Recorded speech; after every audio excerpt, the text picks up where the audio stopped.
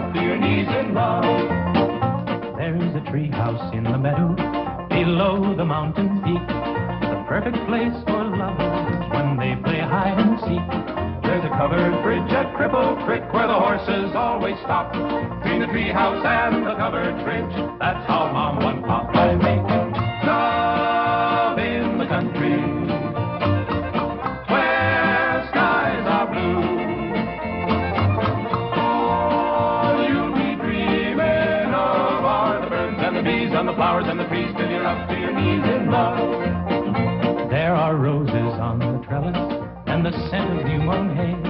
The clinging vine is jealous on the fence across the way. There's a great big yellow moon above and a breeze to sing a song. Between the roses and the yellow, a fella can't go wrong if he makes love in the country where skies are blue. All you'll be dreaming of are the birds and the bees and the flowers and the trees till you're up to your knees in love.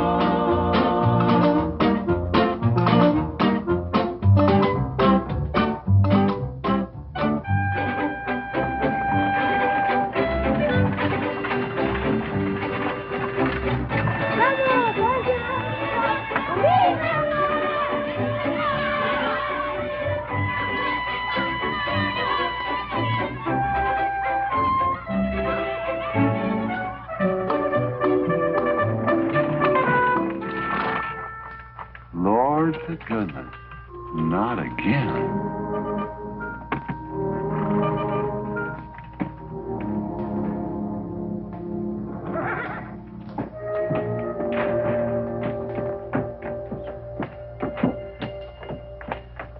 Howdy, Drago. Morning, Curly. Makes 7 times this month he come home swoggled. 6. 7? 6. Once was his birthday. That don't count. Give me my bucket. Didn't have anything for breakfast but 2 raw eggs and a mug of honey. No. Curly, Yes, boss. don't say it's a fine morning or I'll shoot you. Get out of here, Bunyan. Good morning. Morning. Carlos, what are you doing up there? I hope I get it this time, Mr. Mclintock. My brothers, they got the big hats already.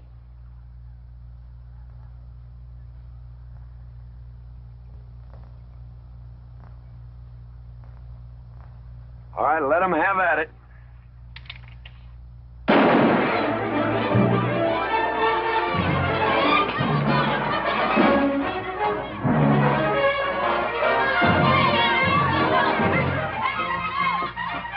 Get over it. Did you only me drive? You promised me you would sometime. No, yeah. Boss, you better watch that turn onto the road. You're gonna kill both of us one of these days. Thank you, Mr. Boss.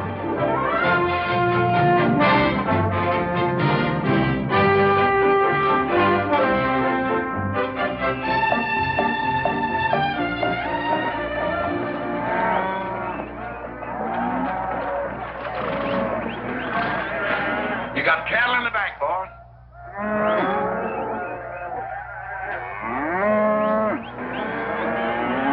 Yeah. Give it up. Yeah.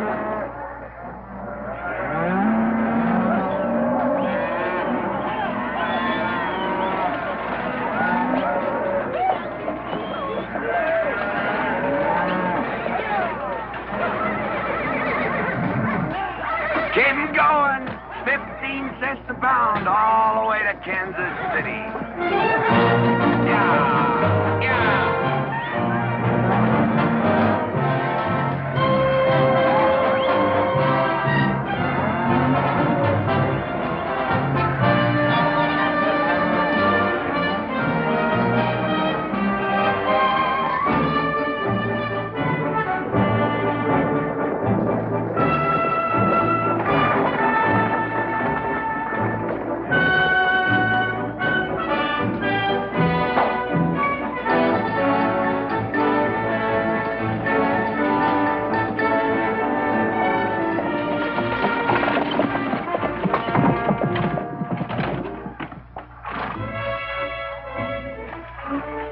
boss. There's one old pensioner I wished you'd pass up.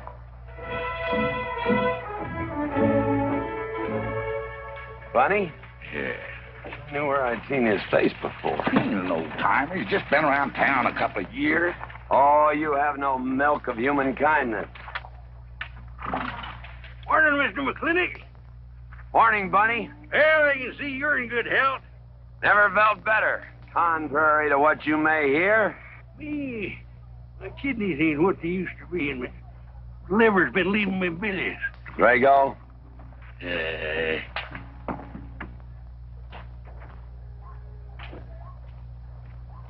Hello, Ben.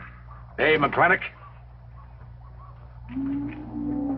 Drago, throw that in the buggy. Yes, sir. The scrubby bunch of Sooners, huh? They are at that. That ought to make Douglas happy, lining his pockets with land fees. What are we going to do?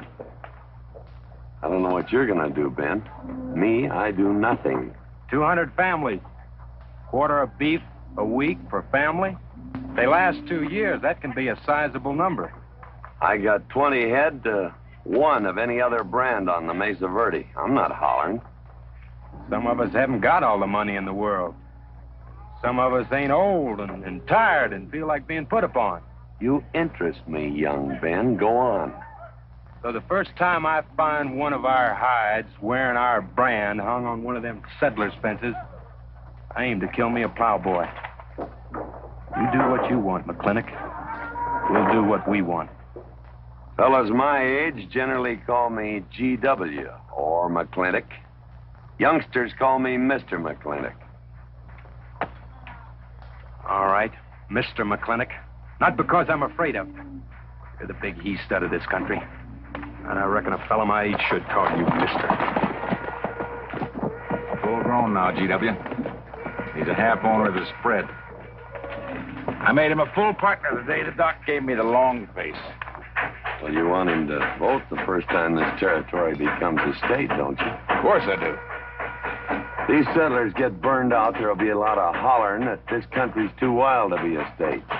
We'll go on being a territory some more, with a lot of political appointees running it according to what they learned in some college where they think that cows are something you milk, Indians are something in front of a cigar store. I'm looking to you to hold young Ben down. I'll do what I can. Come on over to the house once in a while. We'll rack up a few hands of stud. G.W., that'll be just fine.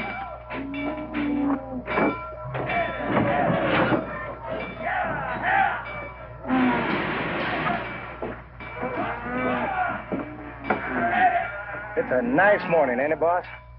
Everybody's entitled to their own opinion. Like that again, eh? Here's something that'll cheer you up. About 1,000 head. I figure they'll bring about 1,250. They're not as fat as I'd like to ship. They all off the North Range? Yes.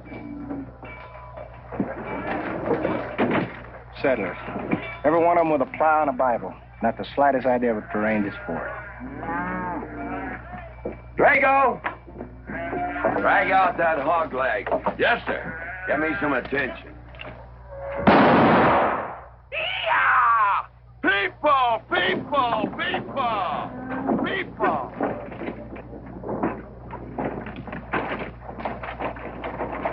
Come on, all of you. Gather around. People, come on. Gather around. I'm Mclintock. You people plan to homestead and farm the Mesa Verde. Yes, sir. The government give us each 160 acres. The government never gave anybody anything. Some years back, a lot like you came in. You had a pretty good first year, good summer, easy winter. But the next year, the last rain was in February. And by June, even the jackrabbits had sense enough to get off the mesa. Folks, do you know who that is? That's Mclintock. George Washington Mclintock. I told him that, Douglas. He controls the water rights on 200 square miles of range. You know that lumber you got? It came from his land. Cut by his loggers and milled in his mill. Douglas, I come close to killing you a couple of times when we were younger. Saddens me I didn't. Can you imagine a man who owns all that? Oh, and mines, too. I forgot to mention them. All that. And he's begrudging poor people a measly 160 acres. That right, Mr. Mclintock? You begrudge us a little free land? There's no such thing as free land. You make these homesteads go, you'll have earned every acre of it. But you just can't make them go on the Mesa Verde. God made that country for buffalo. Serves pretty well for cattle. But it hates the plow. And even the government should know that you can't farm 6,000 feet above sea level. Any trouble, Mr. Mclintock? No trouble, Jeff.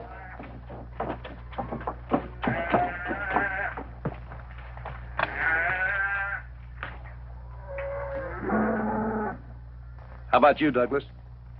Douglas? Just plain Douglas, eh? And you call him Mr. McClintock. Why? Well, Douglas, I guess it's because he earned it.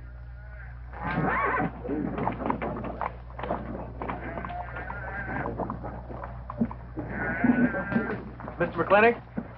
Yeah? I'm a good hand with cattle, Mr. McClintock. I'd like a job. Well, you look strong enough. You come in with those Sooners? Well, yes, sir, but we don't have a homestead. And... Can't use you.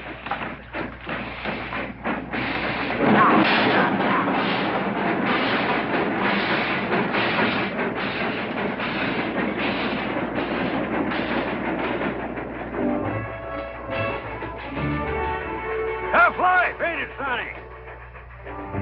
Hell, ain't much future in being a farmer around these parts.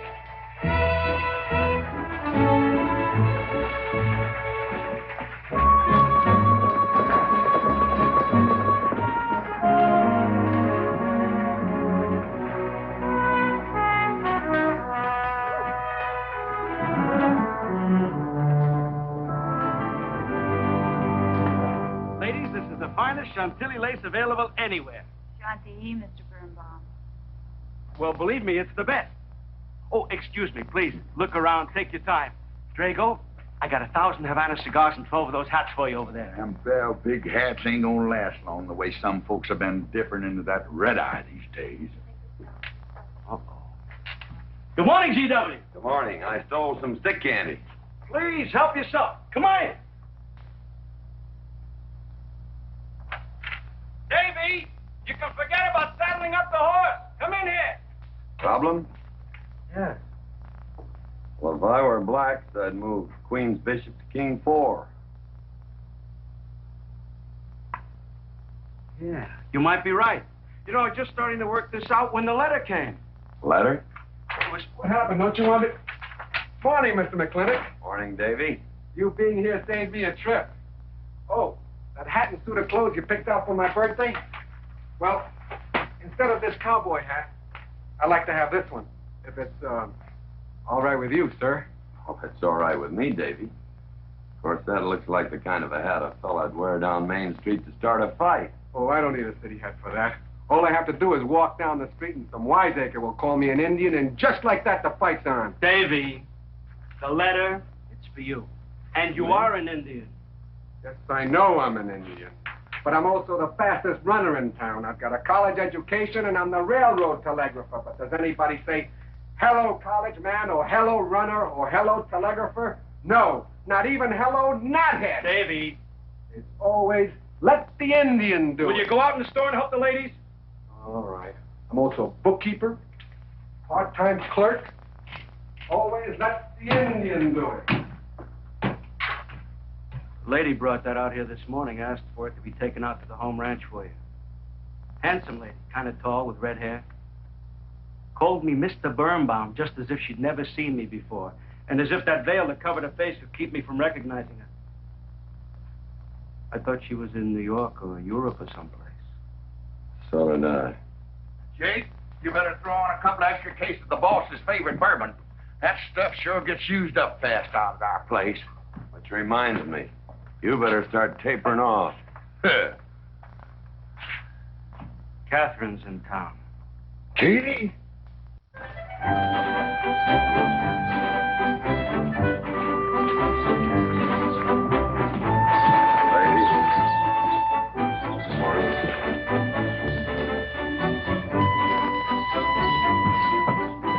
Morning, Mr. Clifford. Morning, Mr. McLaglen.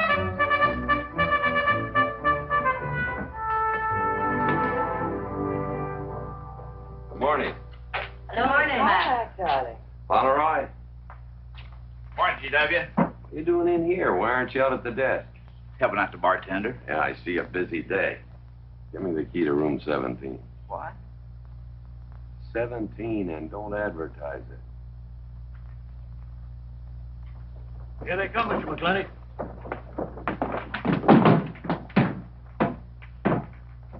Set 'em up. Beer, whiskey. Day off? Off day. Wonder what he's so preoccupied about. Haven't you heard? No, what? Katie's back in town. Katie? Yes, dear. The social arbiter. Well, hi, Sonny. Good morning. Oh, He sure is a polite one. Mr. McLennan, I don't want to bother you. I'm sorry, boy. I told you, no job.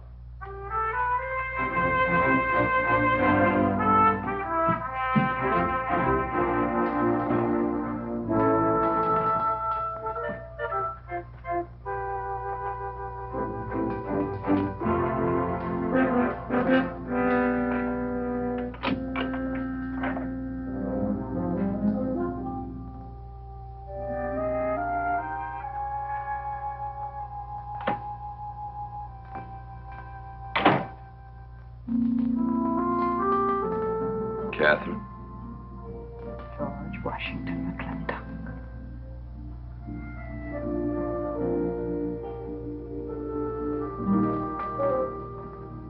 I thought you'd want this.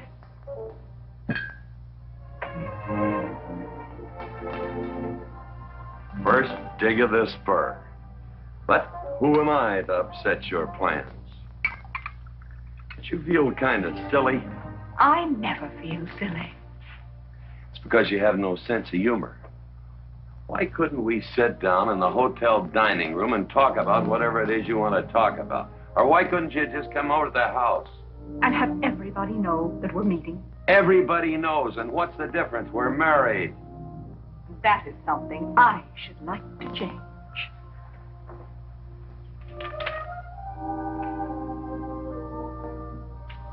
You know the answer, Katie.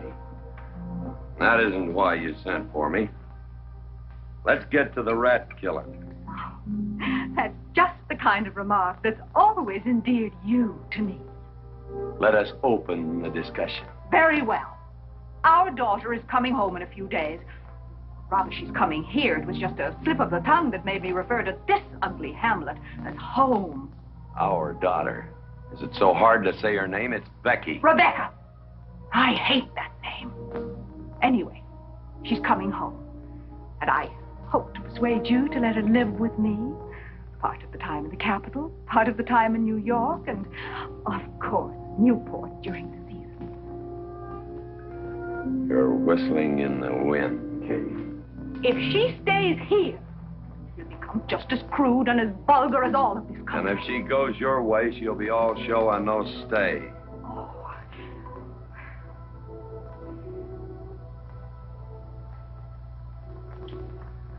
No go, Kate. I hate you. Oh, how I hate you. Half the people in the world are women. Why does it have to be you that stirs me? Animal. That's the story. I saw your picture in the paper at the governor's ball. You were dancing with the governor. At least he's a gentleman. I doubt that. You have to be a man first before you're a gentleman. He misses on both counts.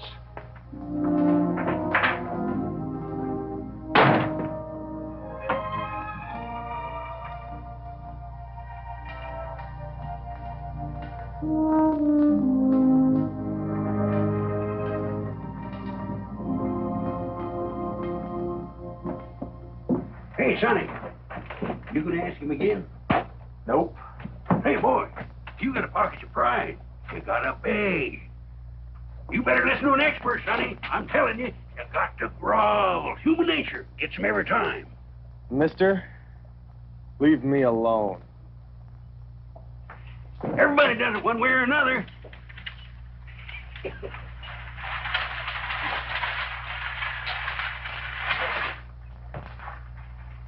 About that job, Mr. McLaglen. I already told you, son, I've got no need for farmers or use for them. Just 1 minute, Mr. McClintock. My father died last month. That's how come we lost our homestead. I've got a mother and a little sister to feed. I need that job badly. What's your name? Devlin Warren. Well, you got a job, son. See my home ranch foreman. He's over at the corral.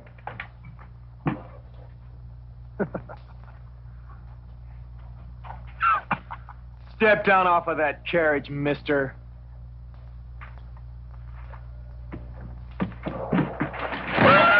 Hold that hog leg. I've been punched many a time in my life, but never for hiring anybody. I don't know what to say. Never begged before. Turned my stomach. I suppose I should have been grateful you gave me the job. Gave?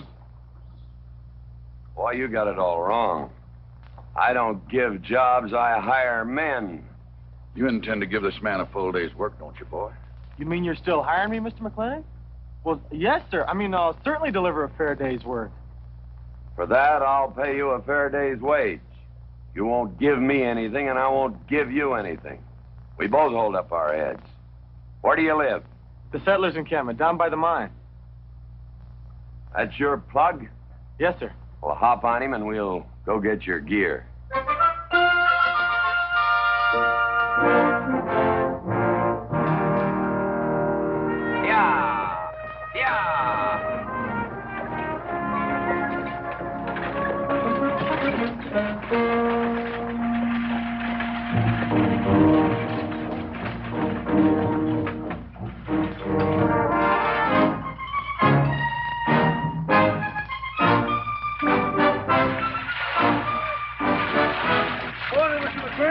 Morning, Mr. Poor Boy.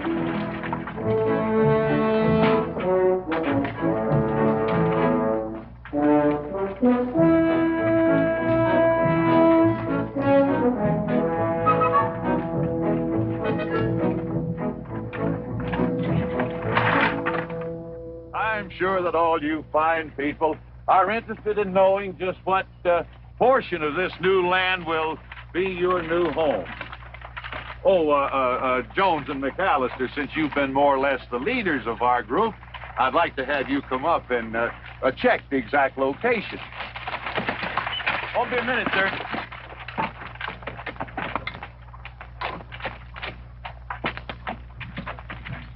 Go after that boy and give him $30.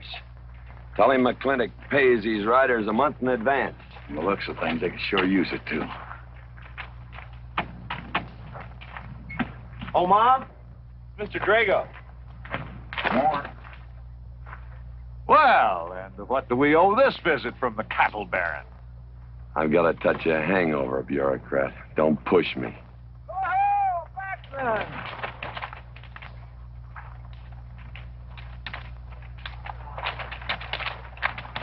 Say, those are Indians. Are there Indians in this homestead land? Friendly Indians, my boy. Oh, McLaglen! Oh, running buffalo. Oh, McLaglen! Long time we don't get drunk together. And it's going to be a lot longer time, because it's against the law and you're with the sheriff. And if I got my hands full, they came into town to meet the train. The old Indian chiefs are coming home. I heard they'd been pardoned. They don't know when it's arriving, this week, next week, or next month. So in the meantime, I've got to do something with them. Could I cut out a couple of head of your steers to feed them? Otherwise, some of these settlers' milk cows are going to disappear. That's right, McLaglen. Cut out whatever you need. Sheriff, are you going to camp these savages with all these settlers? You're asking for trouble. Mr. Douglas, I already have plenty of trouble. Please stay off my back.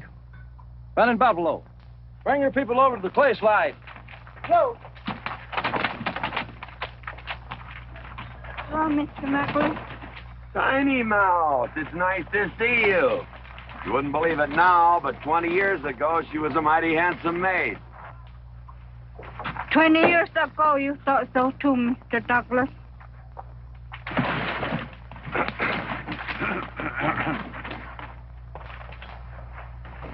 It was just like this. I had a dead beat on old running buffalo, and my sharp 50 caliber misfired. That's back in that trouble in the forest. Remember? I remember. Hey, you want to tell you something come directly from heaven? No.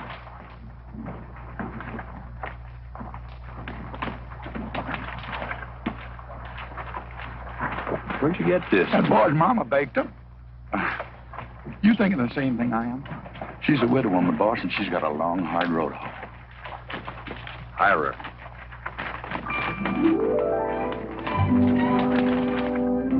I always said you had a heap of sense. Mr. McClintock, this is my mother. Your mother? And my sister. Pleased to meet you, Mr. McClintock. Ma'am, this here's my boss, and he has a few choice words to say about your biscuits. Yes, Mr. McClintock? They're great.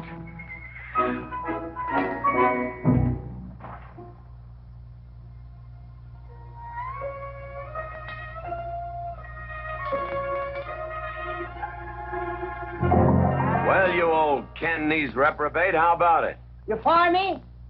I'd kill myself. I'm not talking about firing you, I'm retiring you. You've been rustling food for us for 30 years.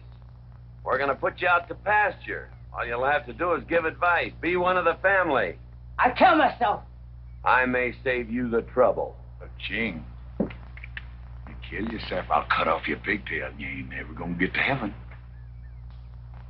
I'll be one of the family? I give you my solemn word. But you call me family. Drink too much. Get in fight. Yell all the time. Cut off his pigtail. All right, I'll be one of the family. You believe that? Phải you believe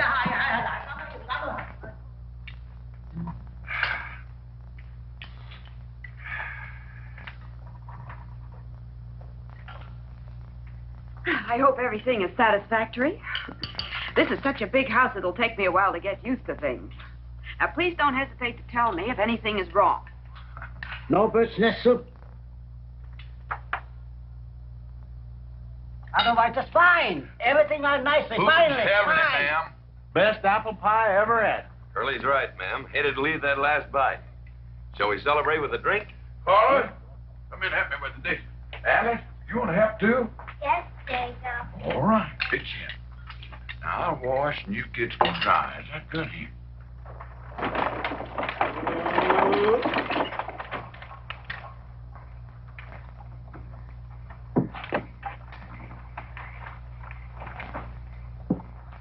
Don't seem possible one woman could use all them clothes. You keep a civil tongue and your unprepossessing face. Yes, ma'am. And unload my baggage, please. Yes, ma'am. By the way, what does that word unprepossessing mean?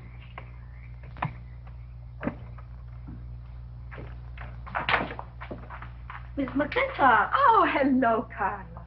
Run and help the driver with my luggage. I couldn't trust anyone else in this house to do anything correctly. Luggage? Give him a hand, Curly. Yes, boss. Mr. McLennan? Are you moving back in? Yes, but nothing has changed except my place of residence. And I'd be willing to put up with savages rather than be denied the company of my daughter. And I'm proving that by moving in here. Mr. McClintock, since it's my first day, would you excuse me if I, Go ahead. Oh, Katherine, this is, Dev Warren. Joined the outfit today. Please, ma'am. Thank you.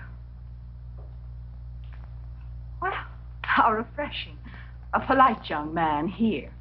Where did he come from? He's a farmer. A farmer? Well, I'll be doggone. Kate, welcome home. What on earth are you doing in that idiotic-looking outfit? And don't you dare call me Kate. That's my butling suit. I'm butling for the boss. And I'm sorry, Katherine. That Kate kind of slipped out from the times I remembered you as being nice people.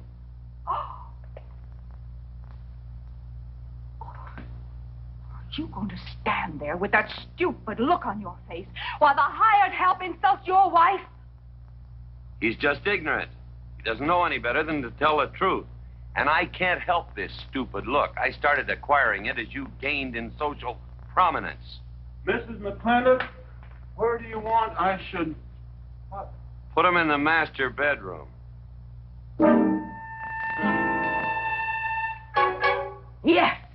But move Mr. Mclintock's things into another room. Oh, the one back of the stairs would be best so that he can't wake up the entire household when he comes home every night. Just before daybreak. Yes, ma'am. Oh, excuse me. Here's your cigars, Mr. McClintock. I am Mrs. McLintock. Catherine, this is the cook. This is the lady does the cooking for us. Mrs. Warren, Mrs. McClintock. How do you do? Very pleased to meet you, Mrs. McClintock. Very pleased. Likewise. You see, I just came to work here today, and I guess I jumped to the conclusion that this was a bachelor's household. It is, and then again it isn't. I will explain so everything will be quite clear, Mrs. Wallace. Mrs. Warren. Mrs. Warren, it has been a bachelor's household for quite some time. And it will be again, just as soon as I am out of here, which will be as quickly as I can make arrangements to take my daughter back east with me. You see, she's coming home from school in a few days, and then we'll be off together, and you can return to conducting yourself as you consider proper in a bachelor's household. Katie. Shut up! Until then, I am mistress in this house, and I will give the orders. You want my breakfast service? Don't let her. Ain't you gonna say nothing, boss? No. One poached egg, tea, toast. Oh, GW. As soon as my things are put away, I want to talk to you about Rebecca. Yes, Mrs. McClintock. Indeed, Mrs. McClintock. Of course, Mrs. McClintock. The toast, lightly browned and unbuttered. Of course, ma'am. Wait a minute now, boss. Where do you think you're going? I just remembered I got a date. But she said she wanted to have a talk. I heard.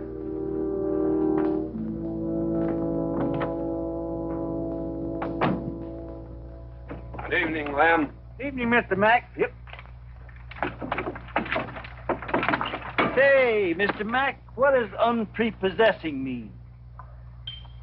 I was called that once, Lem. Looked it up in the dictionary. Best you don't know what it means. Uh-huh. Thank you. You're up.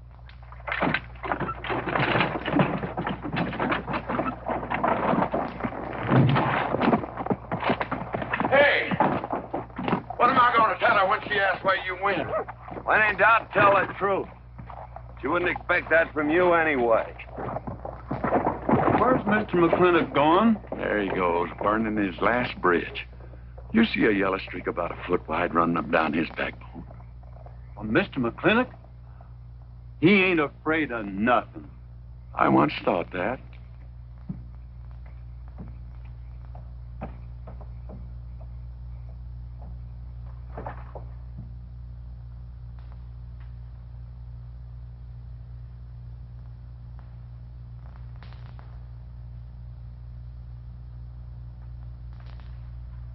Drago? Yes, ma'am. Was that, He took off, lit out. I told him I wanted to talk to him. Ma'am, I was standing right over here when you said it, and I was standing right out down those front steps when he walked up the horse, grabbed a hunk of mane, stepped up on him, and sunk spur. Where did he go? Last time I saw him, he was going east, but you know him, he's liable to go north, south, or west. Get me a carriage. Yes, ma'am, but But what? maybe you shouldn't follow him into maybe where he's going into. What does that mean? Oh, but I wish I hadn't said it. Just get the carriage. Yes, ma'am. What happened? It's a Bruce. Baruch? Hitch it up. She wants to go to town. But Mr. McClintock never said anything to me about it. Look, young fella, I'm the ramrod around this place. You better start giving me a yes, sir. You're going to get the roof of this house pulled down on your head. Yes, sir.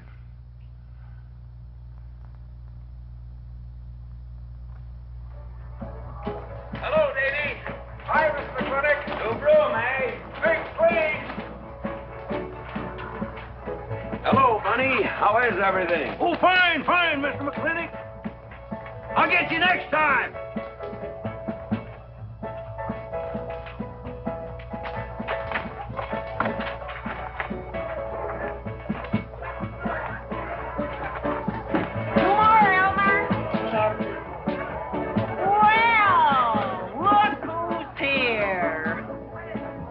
What'll it be, Mac? Same as usual? Ladies. Evening, GW. Jake? Wrong move. What? Chess problem. Queen's in danger.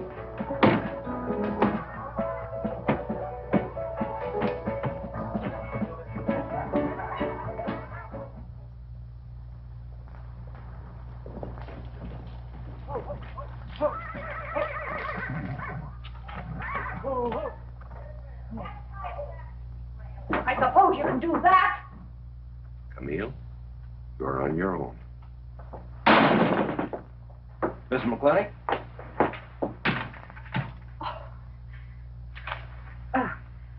I'm Camille. Camille Reedbottom. I'm learning the game of chess. Thought it would give me something to pass the time. See, I have nothing to do all day long. I just remembered something.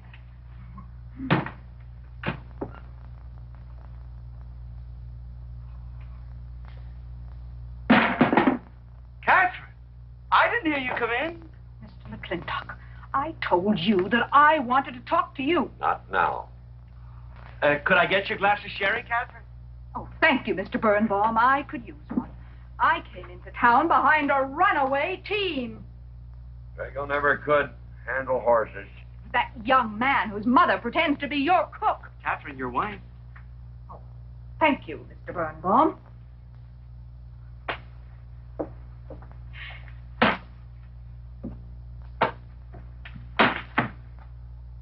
Now, Mr. McClintock, we have an awful lot to talk over. First thing I learned about Indian fighting was to wait for daylight. What has our conversation got to do with Indian fighting? Indian fighting is good experience for our kind of conversations. Oh. It'll wait, Katherine. Evening, Sheriff. Mr. McClintock, we had quite a ride out here. Oh, I finally got that team settled down. Sure move. No, it's your move. I just canceled. Oh. Now, look here. You're not going to sit here all night long and play chess when the matter of our daughter remains unsettled. I am going to remain here and play chess, and the matter of our daughter is settled. She stays. Oh, such stubbornness. Katherine, your hair. Oh, it is a mess after that awful ride. No. It's just that I haven't seen you for a long time. And it seems to me the last time I saw you, your hair was a little darker, no?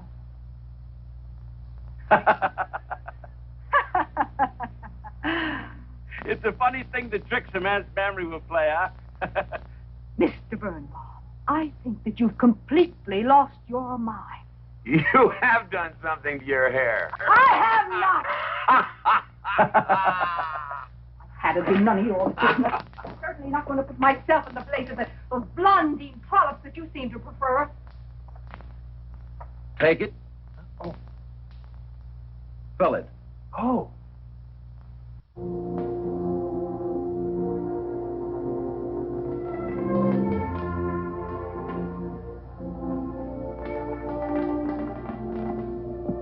Morning. Fellas still at it all night. McClintock never quits. But a Birnbaum has to. Besides, the game is over. You got me. Oh, no, Mr. Birnbaum. You still got a good game. Oh, you play chess. Please, take up.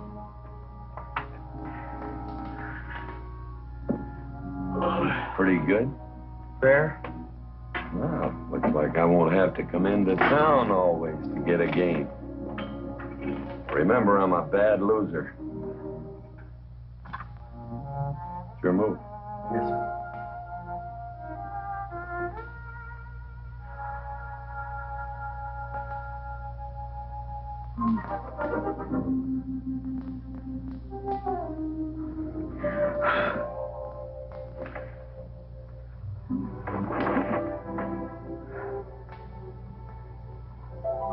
Good morning.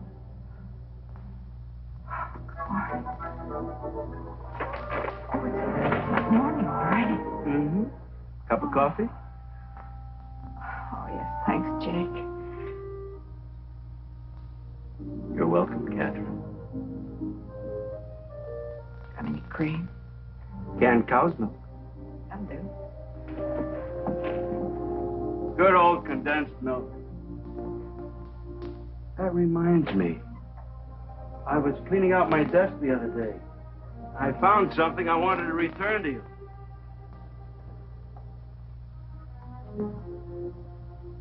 Here it is.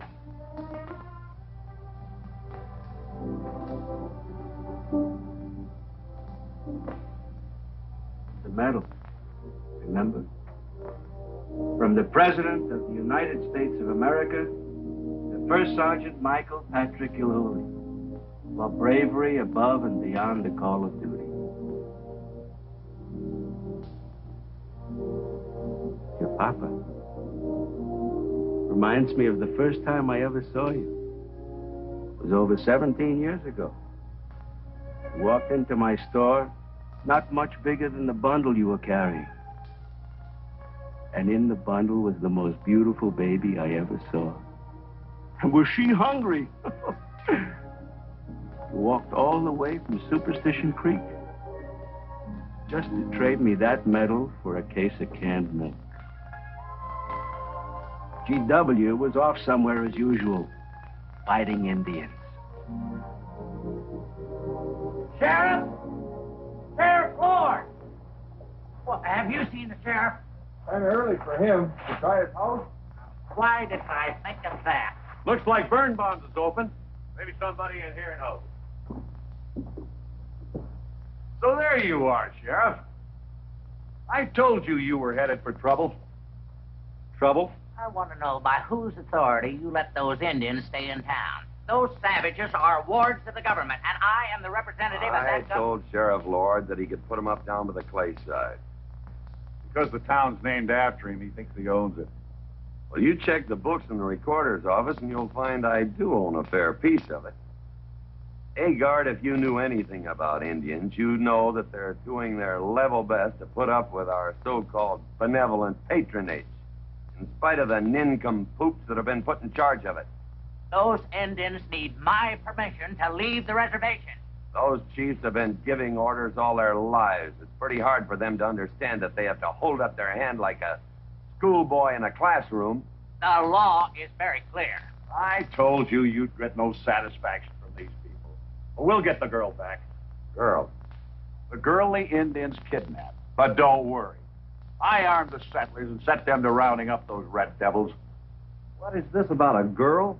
Billy Jones, one of the settlers' daughters. The Indians kidnapped her. That's ridiculous.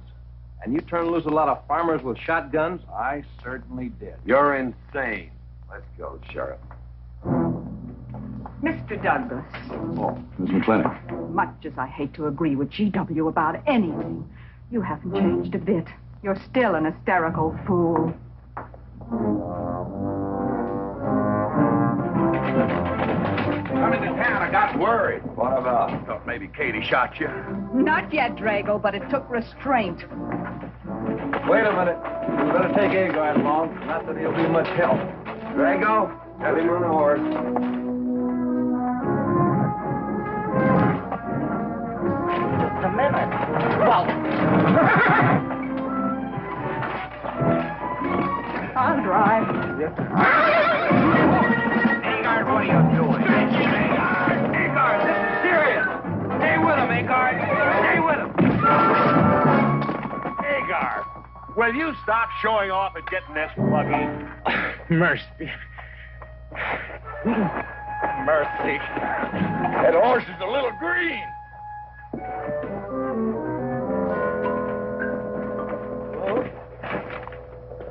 Let's go.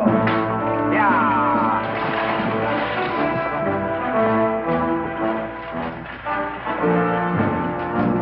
Just where do you think you're going? Don't use that range boss tone of voice with me.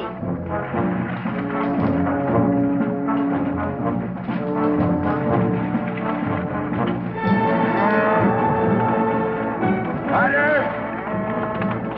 Headed for Mr. Poor Boy's mine. Mount up some riders. Right, boss. You heard the man. I don't like it, Mr. McClintock. I don't like it one bit. What don't you like? They're planning to hang an Indian.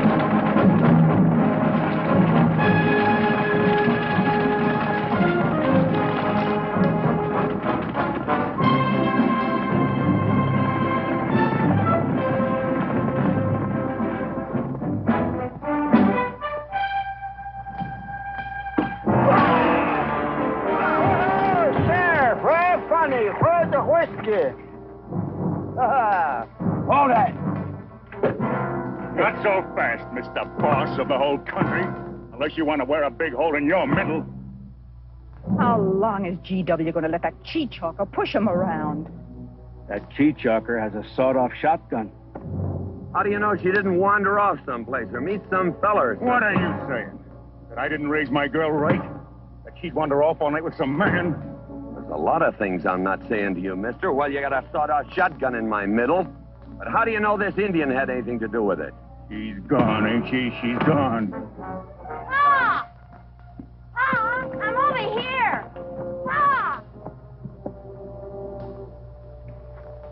Been looking for me, Pa? Where you been, gal? Young Ben took me for a sunrise ride, and the horse wandered away. You come down over there. But, Pa!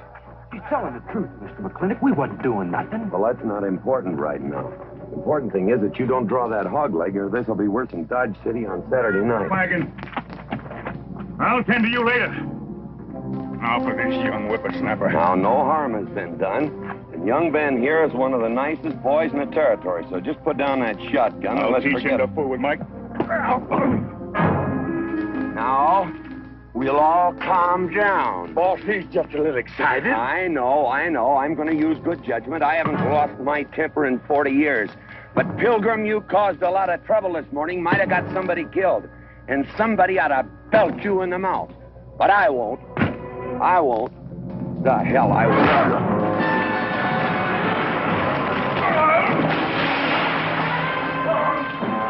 Mechanic Rider!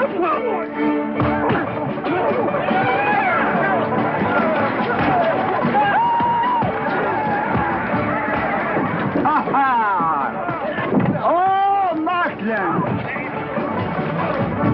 Hey, Buster! Remember me?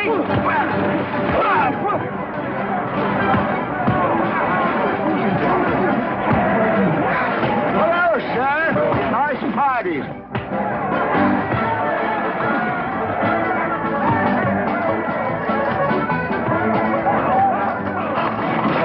Do you think you ought to? I ought to what?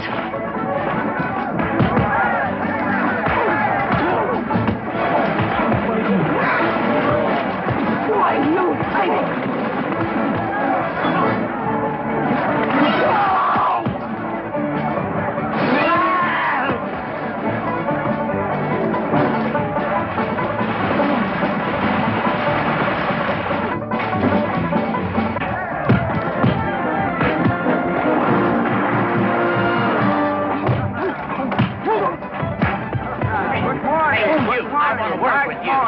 Just a minute. What do you do? My glasses. Hey, now stop this or you'll be sorry.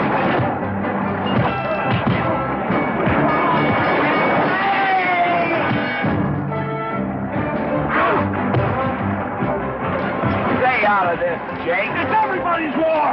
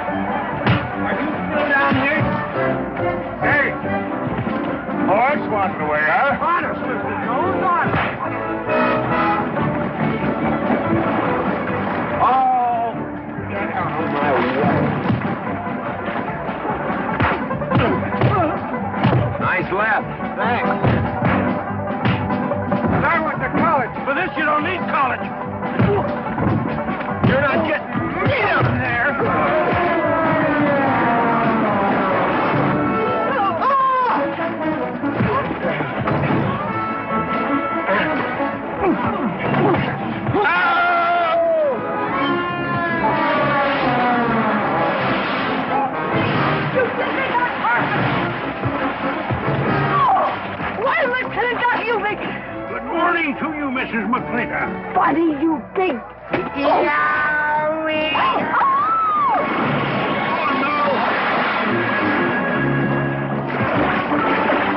G.W. McLintock, you make me clumsy. Well, it's pretty hard to control yourself.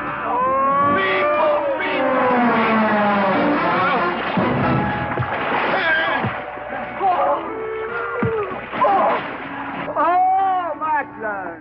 Oh, Macklin! Oh, party! But no whiskey. We go home.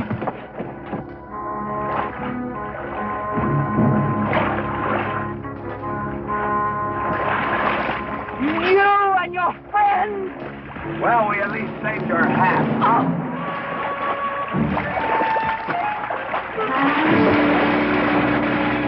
Where is everybody? Oh, for heaven's sake.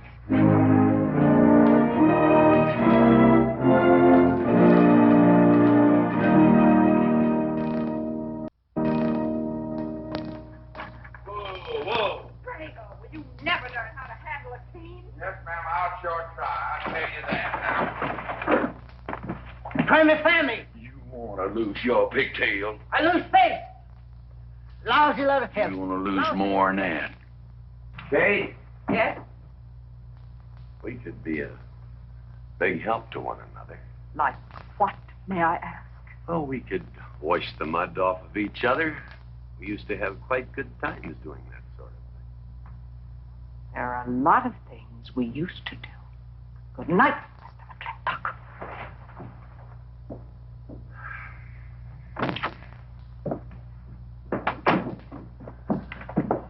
Any luck? What are you talking about? I mean, divorce. She still wanted you. Yeah. You know something? Women are funny. She fought like a wildcat on your side out there this afternoon. Come home, she slams the door in your face. That divorce business, is that what you get when you pay a woman not to live with you? That's about it. Some women I've known it'd be worth it. You know, if we had any moral character, we wouldn't be standing here covered with mud drinking when we should be washing. G.W. Drago.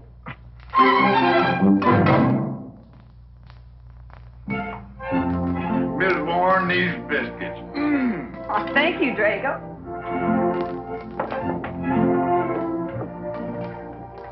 Good morning, Mrs. Warren. Good morning, Mr. McClintock. Breakfast for the boss? If that's the way you want it, Mr. McClintock.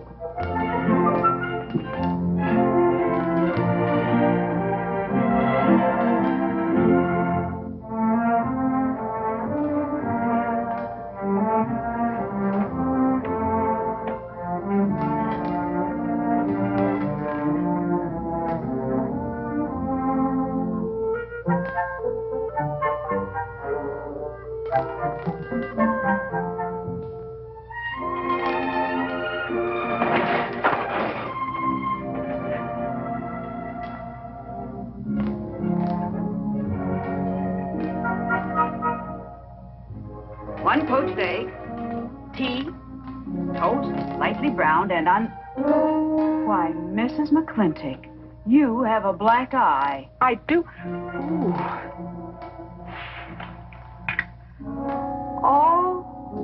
Oh, and Becky's coming home today. And that's not all. There's a little something we'd better get settled.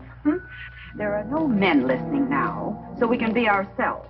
Oh, sure, I let you get away with all that guff the other night. But now that we're alone... When I want the opinion of the hired help, I'll ask for it. You know, you could wind up with 2 black eyes. What? Oh, I realize you had to put on that big act. We always have to just before we get ready to forgive them. Generally for something they haven't done. But you and I both know that's just to keep them from getting the idea they run things. McClintock give you that black eye? No. Nobody gave it to me. I won it.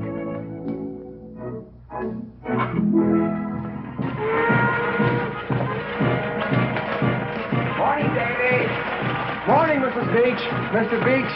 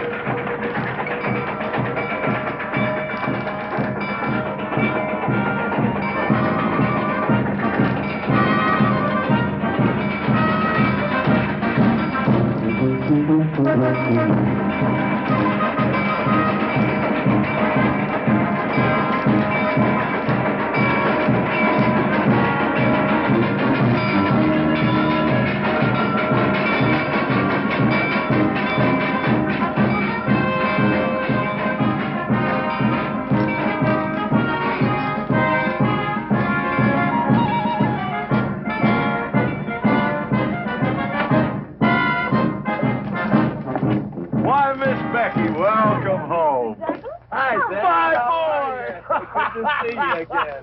Daddy! Oh. Daddy! Oh.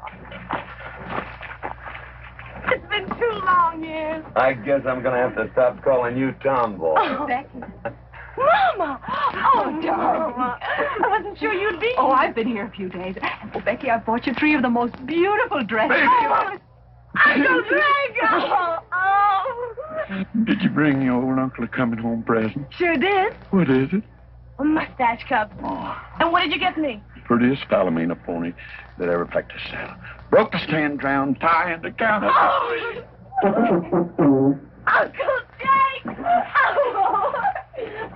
What are you doing in Mr. Douglas's tuba? Oh, Mr. Douglas had a little accident.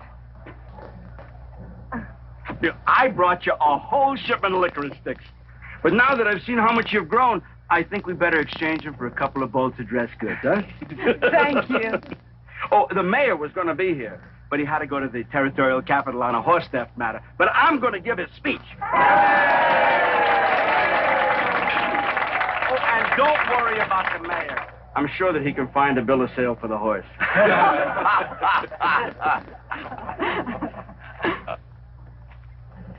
Ladies and gentlemen, we are here to welcome the fairest... What am I doing? We are here to welcome back the prettiest girl that was ever born in Mclintock, or in any part of the territory.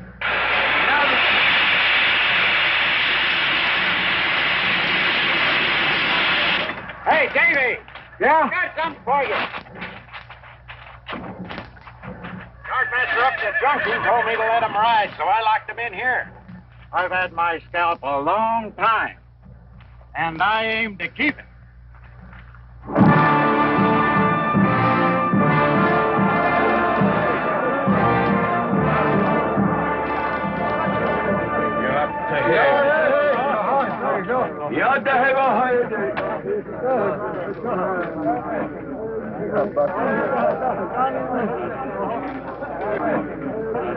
And now she's come back to us. Gone are the pigtails, but the freckles are still on the prettiest face that was ever born in Mclintock.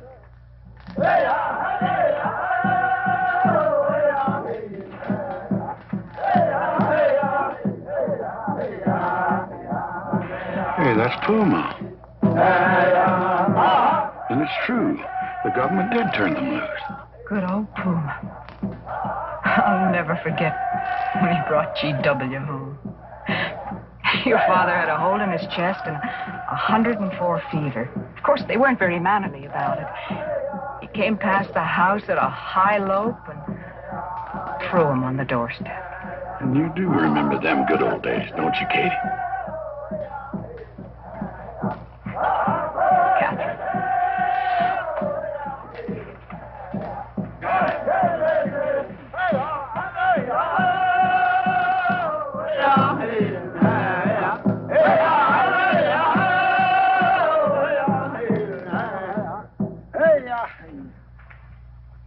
Yatta hey, my friends. Yatta hey. Puma, honored enemy. Does big Mclintock forget, also blood brother? No, I'll never forget that. All wound. Does it hurt still? I feel it when it comes on to rain. An inch higher and I wouldn't have had to worry. Our big Mclintock, that was remembered fight. We return with news our people have more trouble. You see, I learned good English now, big Mclintock. Learned in white man's jail. But we would have you talk our cause at government hearing. I understand that Governor Humphreys is going to preside at that meeting. Yes, Puma, I'll translate your wishes. Mr. McClintock, could I impose on you to use your Comanche to tell these Puma is chief of the Comanches, and he speaks English very well. Oh, well, your people will have to follow my instructions to the letter. It is the law of the land. Well, now, just a minute. Well, for heaven's sakes.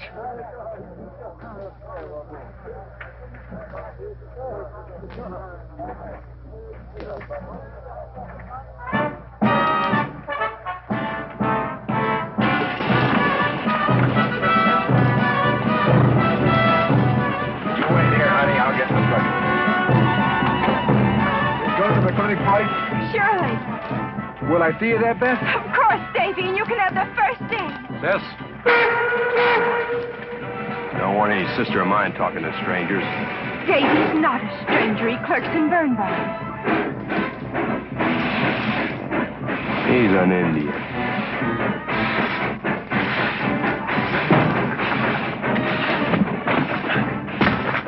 Darn you, Drago! Now look what you've done. Baby, this is Devlin Warren. He works for your papa. Dev, this is Miss Becky Mclintock. Those are my things. Yes, ma'am. Oh, I don't own you anywhere, Miss Becky. What do you mean? Oh, I mean, you look so much like your mother. Well, even prettier. Oh, Mr. Warren. Mother's much prettier than I am. Many a fight started with words like that. Come on, get in the boat. Hello, Jing. We got jelly pie for dinner. Oh, I'm not cooking. No, he's not. Junior! Yes, Miss Becky. You remember Junior Douglas, Mama? Oh, of course. How's college? Valedictorian, 95. Oh, congratulations. Oh, Mr. and Mrs. Douglas, we will see you at the party, of course. Oh, delighted. Well, it'll be pretty hard to keep young men away. Yes, sir. Drago? Yes, boss. Baggage all on it. G.W. You remember young Junior? Oh, yes. Like father, like son. Mr. Mclintock, I hope you don't think I'm being presumptuous in asking for the honor of calling on Miss Rebecca. Well, there she is. Ask her yourself. Well, thank you, sir. Jing, now I'm going to get fired. Get up out of here. Thank you, sir. Thank you. Have you no manners? See you at the party, Junior! Yeah. Yeah, what? Like father, like son. What does he mean, Matthew? Come on, Jing. Grab a root and growl. Well,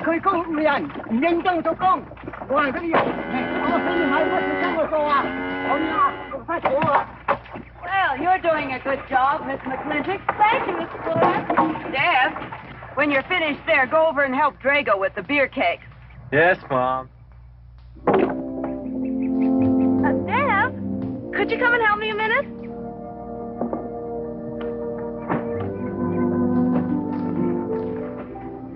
I certainly was surprised to hear you went to college. Why? I don't know. Junior says Purdue's a good college for a backwater place like Indiana. Well, he did indeed. Oh, could you do this? I can't reach it. Why didn't you finish college? Lack of funds. My father got sick, and he had to come out west. So he took out a homestead. You know, your mom's sure cute. It's too bad you didn't inherit her eyes.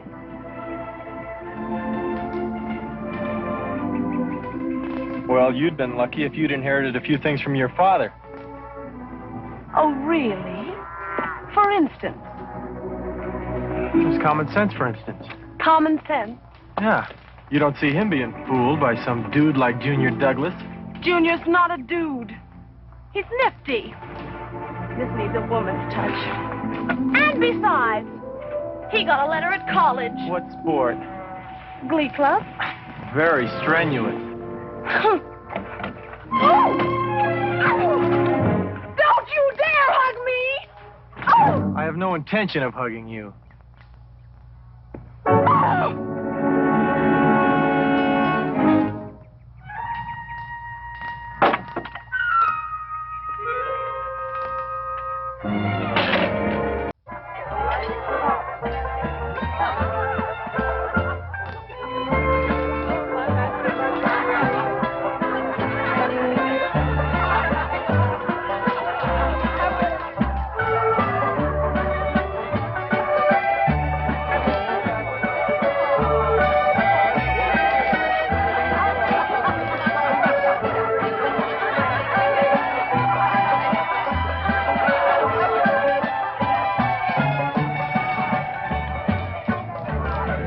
Ladies all look lovely, Katherine. No, this is a real fine party. Oh, thank you, Ben. Of course, we had to invite everybody. Just everybody. Sorry, GW, but this one's mine. Well, thank you, Mrs. Warren. I guess I'll have to be a good host in my own home. Well, the next one's yours, Mr. McClintock. Thank you.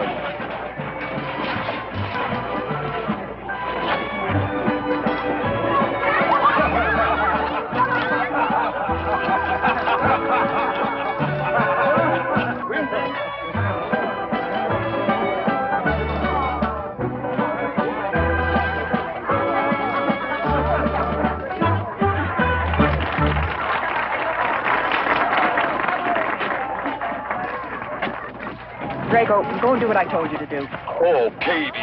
Katherine, and do as you're told. Oh, Drago, do this. Drago, do that. Yeah! People! This Douglas feller. Drago! Yes, ma'am.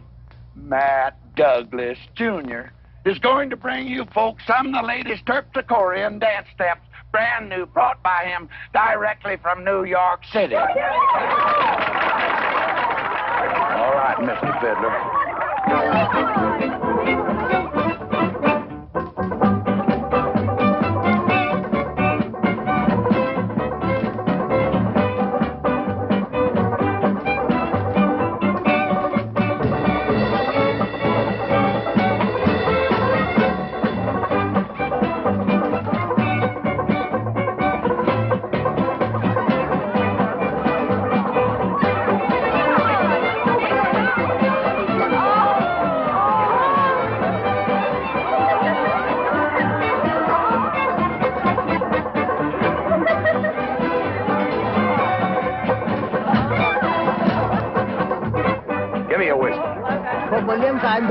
What? Just turn it 10-gallon party, boss.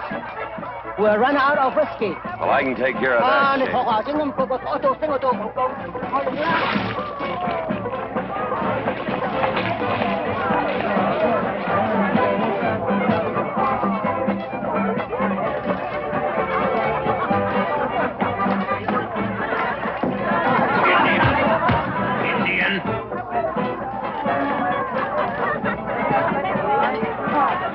Still got any ideas about asking my sister to dance? Get up and we can do this all over again. Yes! That's enough. You fought it. It's all over. Quit butting in, Birnbaum. He's a hired man, not your son. Look, you fought him fair and square. I don't think it was so fair and square. Well, you want to take up where he left off? If I did, you wouldn't find it so easy.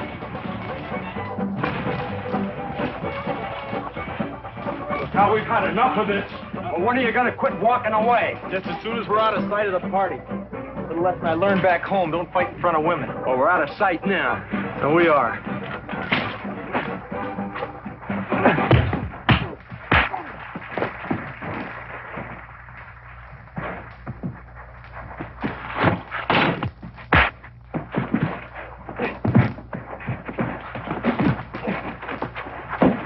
Such vulgarity. Someone should do something about it. You're right. Absolutely right.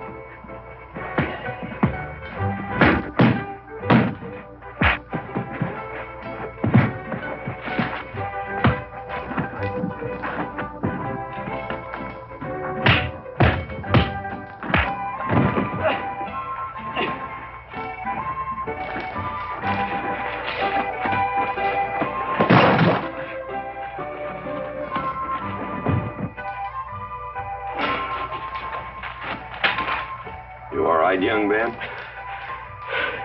I'm all right, Mr. McClintock. Pretty fancy fighting for a country boy.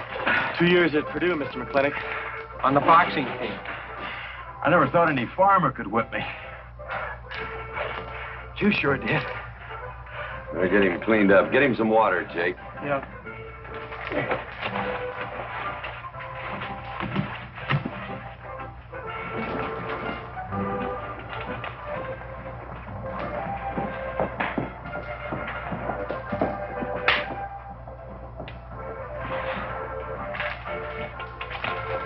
Get yourself cleaned up.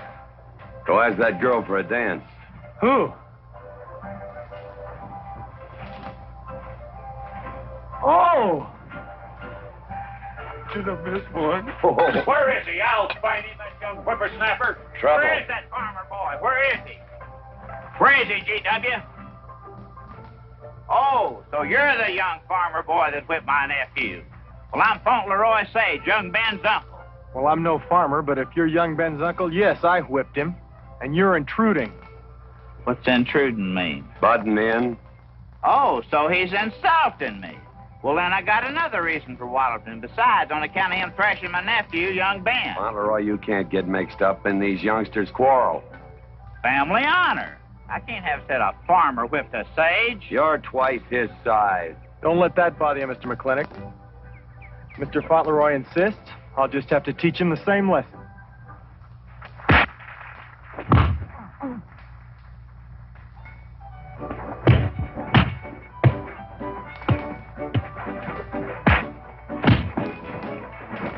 Say!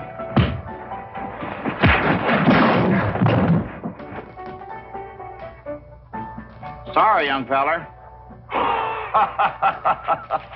Hate to have to do that, young fellow. No hard feelings. Not yet. Not yet what?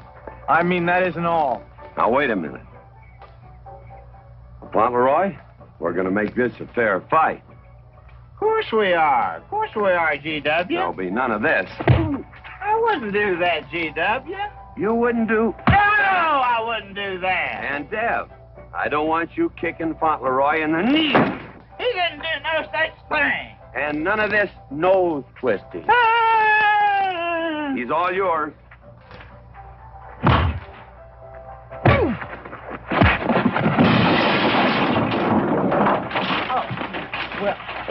Well, where are my glasses? You all right, young feller? Ouch! I'm all right. This Indian agent will stop stepping all over me. I beg your pardon. G.W. You're just funning me. But I want you to know that boy fought me a fair fight. Well, I'm glad to hear that, Fauntleroy. Here's my uncle. Fauntleroy, what have you been doing? I hope my uncle didn't bother anybody. No bother. I think we'd better join the ladies before they get curious. Drago. Fauntleroy, let's line them all up for a do-si-do. Jake, you think tincture of arnica would help? Could be. Used to help you. Gentlemen, to the medicine cabinet.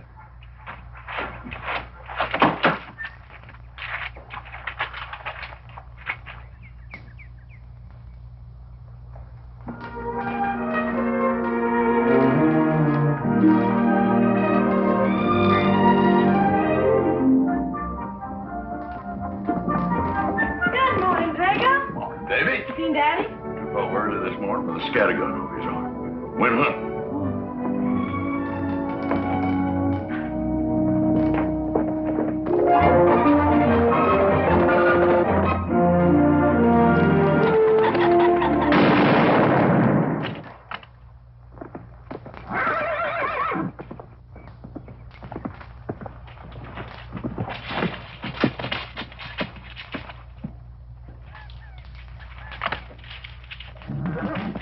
Morning, Daddy.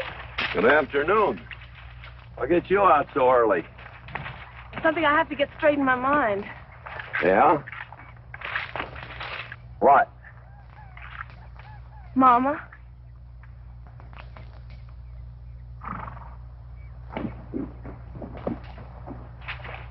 Why'd you and Mama stop living together, Daddy?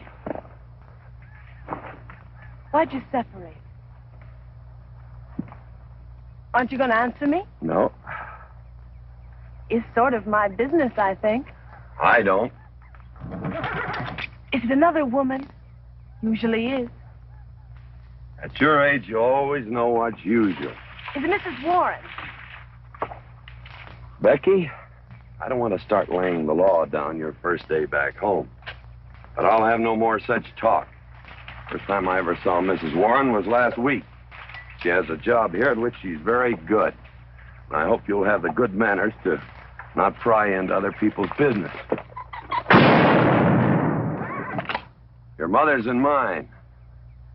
Pretty good shot, Daddy.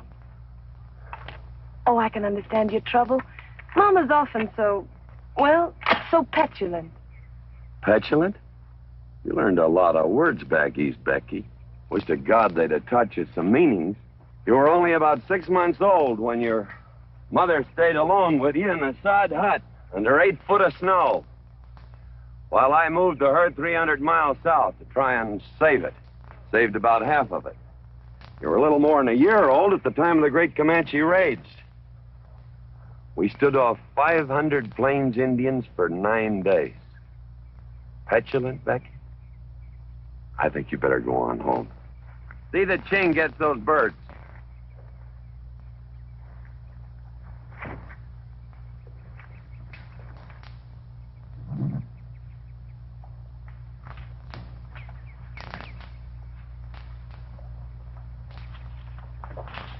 Becky.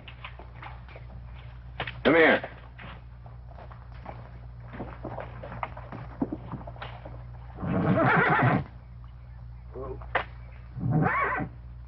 Something I ought to tell you. Guess now's as good a time as any. You're going to have every young buck west of the Missouri around here trying to marry you. Mostly because you're a handsome filly. But partly because I own everything in this country from here to there. They'll think you're going to inherit it. Well, you're not. You're going to leave most of it to the nation, really. For a park. Where no lumberman will cut down all the trees for houses with leaky roofs. Nobody will kill all the beaver for hats for dudes, nor murder the buffalo for robes. What I'm going to give you is a 500-cow spread on the upper Green River. Now, that may not seem like much. It's more than we had, your mother and I. Some folks are going to say I'm doing all this so I can sit up in the hereafter and look down on a park named after me. Or that I was disappointed in you. Didn't want you to get all that money. But the real reason, Becky, is because I love you. And I want you and some young man to have what I had. Because all the gold in the United States Treasury, and all the harp music in heaven can't equal what happens between a man and a woman with all that growing together. I can't explain it any better than that.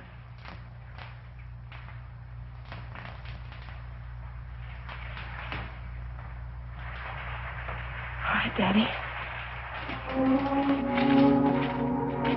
Becky.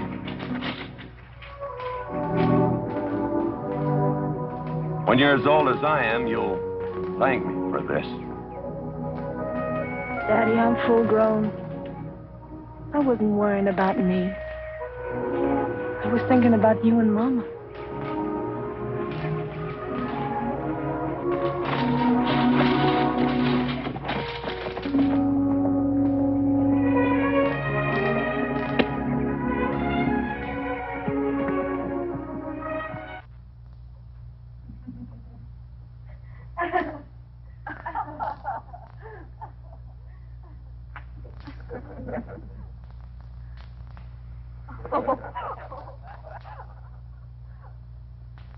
Oh.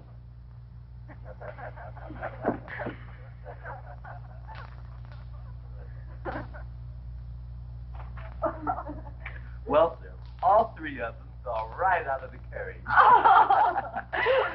Well, it's getting rather late, Becky. It's bedtime. Mother. He brought this. He must have intended to use it. Oh, well. Sing us a song. Well, if you really want me to. Gosh, I haven't played in You quite... know just right for me. Sure. It's the rage now. Oh. Oh. Dev, what are you doing? Oh. I just thought I'd get another cigar. Well, you've got one in your mouth and two burning in the tray. Not move. Fellas want me to play all the time. You're cuter than a baby's dear, and softer than a mouse's ear. I want the whole wide world to hear. You're just right for me. You're sweeter than... Oh, no, not that rhythm, Junior. Do it the way they do at the plaza. I know the words. Sure, Becky. Will you sing with me? Of course. All right. I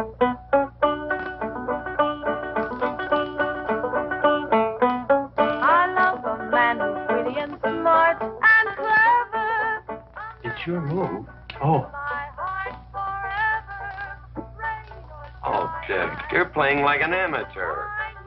Let's call it an evening. I'd like to know where your mind is tonight.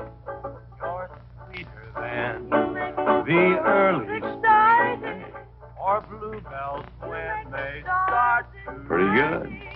You Voice like her father. feel like a king. You're just right for me. Sweet wine. I'm sure they found you on that honeysuckle vine.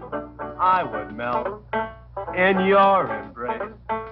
Disappear without a trace. To die like this is no disgrace. This is the time. This is the place for yours. Just right for me.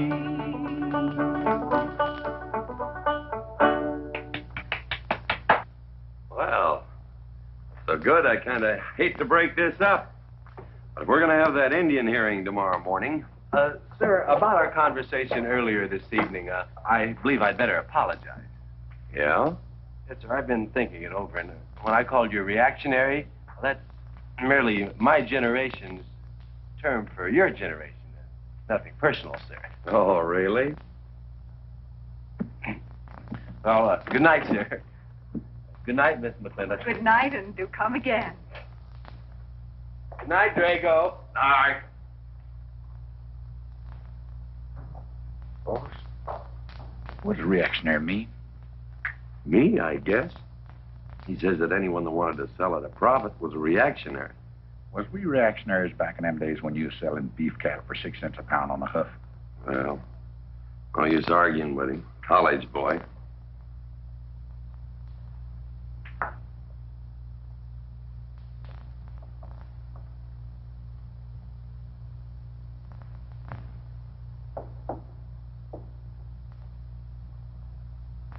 Devlin Warren, if you was my kind of man, you wouldn't let some dude walk off the prettiest girl west of Denver without putting him some kind of fight. Does it show? Well, what can I do? I'm just one of her father's employees. I'm just a hired hand around here. Every so often, Dev, you spill the strangest ideas. Everybody works for somebody. Me, I work for everybody in these United States that steps into a butcher's shop for a T-bone steak. And you work for me. Not much difference. Daddy, there was a terrible thing just happened. Junior's horse ran away. The one he rented at the livery stable. Tied up a rented horse by the reins. He's probably back in the stall by now. I think we could get Junior something that he can ride. What I'd rather do, Daddy, is drive Junior home in our barouche. It's a lovely evening, and I'm sure Uncle Drago wouldn't mind driving. I would, and I got the kind of manners don't keep me from saying so, just to be polite. I'll drive him home, Mr. McClintock. You don't have to come, Miss Becky. I'll see that he gets home safely. I can take care of myself. You got yourself a foot, didn't you? Dev, get the carriage. Drago? I'm going with them. Now you've got me wrangling dudes.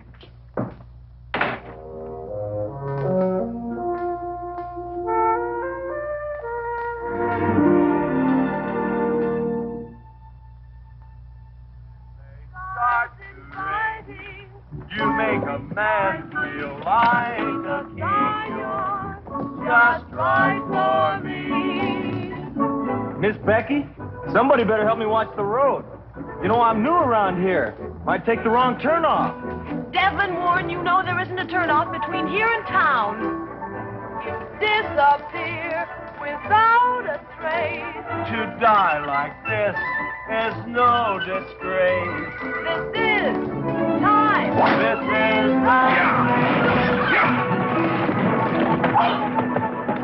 Devlin Warren, what are you trying to do? Kill us? Better have your friend drive? Yeah!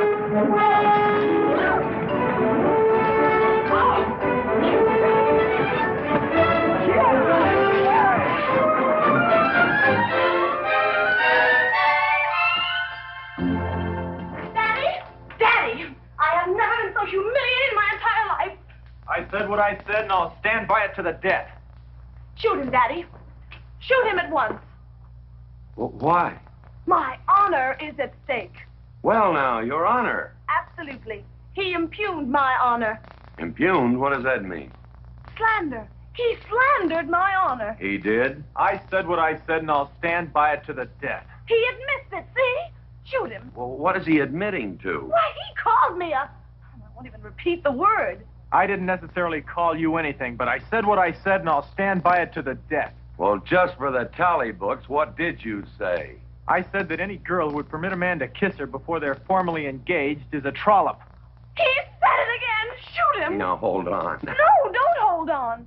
If you're my father, if you love me, you'll shoot him. Well, I'm your father, and I sure love you. So? Oh, you shot him. You really shot him. Hey! He died. If he dies, he'll be the first man ever killed with a blank cartridge. We use this to start the races on the 4th. Hey! I'm on fire! Oh, you poor dear. Poor dear? You'd have had me shot in cold blood. But it didn't happen. Yelling I insulted you and all. What you need is a good spanking. Deb! Daddy! Leave me out of this.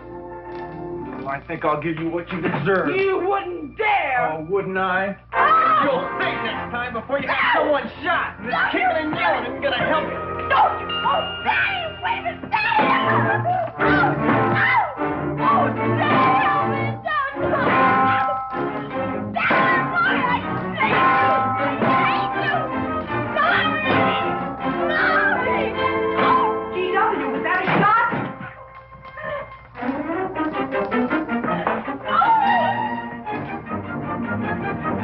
Oh, Becky, what happened? He spanked me! You spanked my daughter? Dev. You mean you stood there while that brute beat our daughter? G.W., what's happened to you in the last 2 years? Part of valor, son.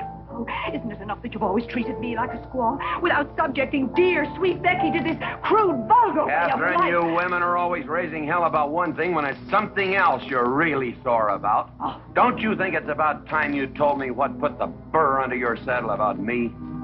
I don't intend to stand here and hold a midnight conversation with an intoxicated man.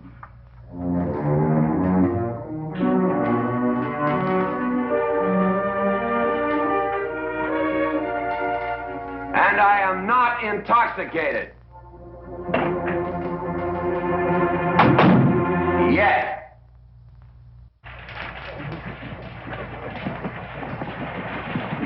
Hello, Governor! Hello, Governor!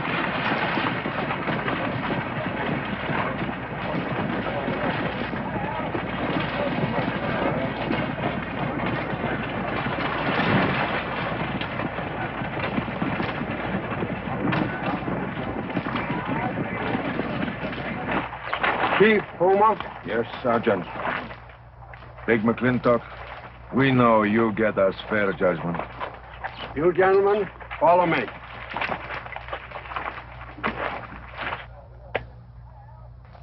Well, Jake? G.W.?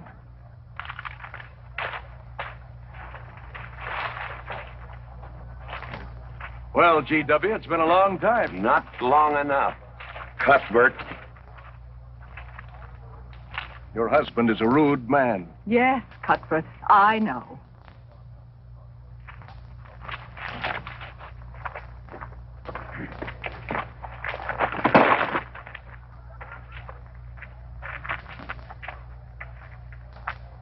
Where you want the Indians, Mr. Mclintock? Mr. Mclintock is not running this hearing.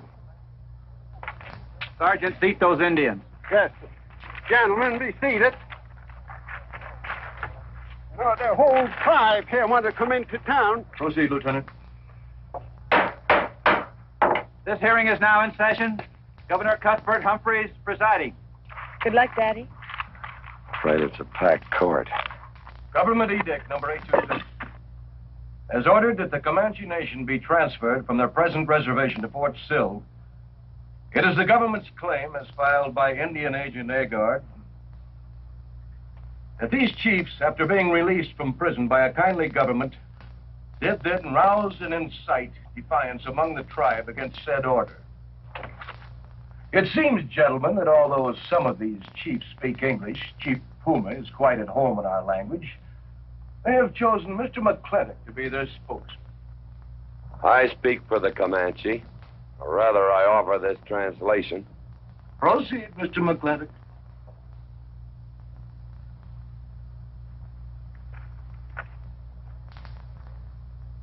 The Comanche say, we are an old people and a proud people. When the white man first came among us, we were as many as the grass is of the prairie. Now we are few, But we are still proud. For if a man loses pride in manhood, he is nothing. You tell us now that if we will let you send us away to this place called Fort Sill, you will feed us and care for us. Let us tell you this. It is a Comanche law that no chief ever eats unless first he sees that the pots are full of meat in the lodges of the widows and orphans. It is the Comanche way of life. This that the white man calls charity is a fine thing for widows and orphans, but no warrior can accept it. For if he does, he is no longer a man. And when he is no longer a man, he is nothing. And better off dead. You say to the Comanche, you are widows and orphans. You are not men. And we, the Comanches, say we would rather be dead. It will not be a remembered fight when you kill us, because we are few now and have few weapons. But we will fight, and we will die Comanche. Thank you, Big Mclintock. Am I to gather the Comanche defy the government of the United States? Yes, you may gather that the Comanche defy the United States government, or at least this commission. Gentlemen.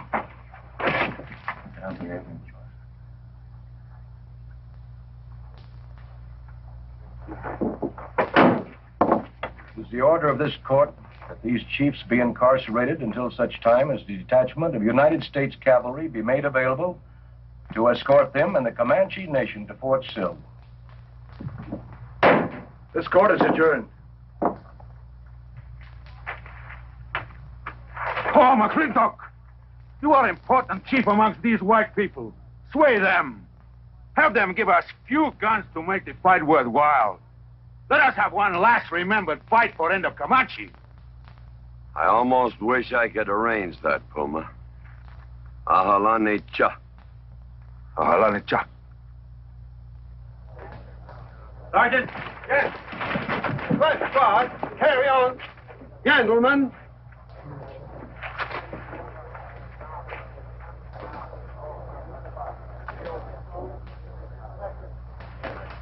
Sad, these changing times. It isn't the times that are changing, Mama.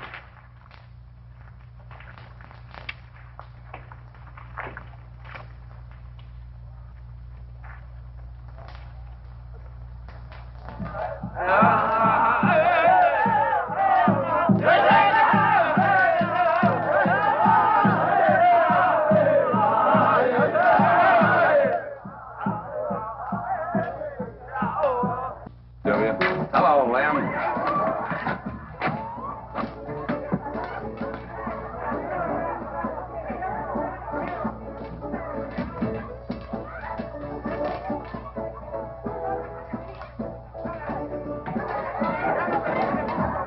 Bunny?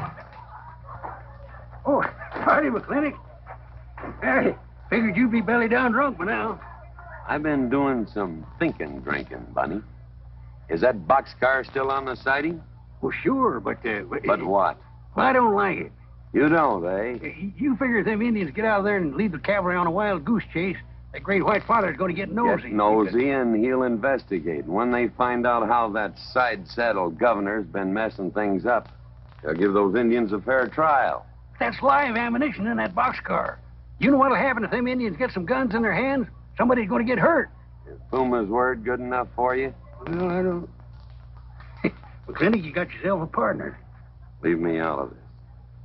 Hey, McClintock. Good night, Bunny. Good night, Governor.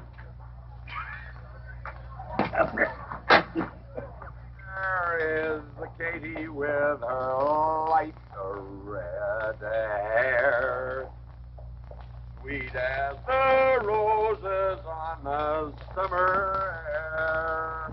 I'll find her somewhere while the moon is high, and tell her that I love her, and I'll love her till I die.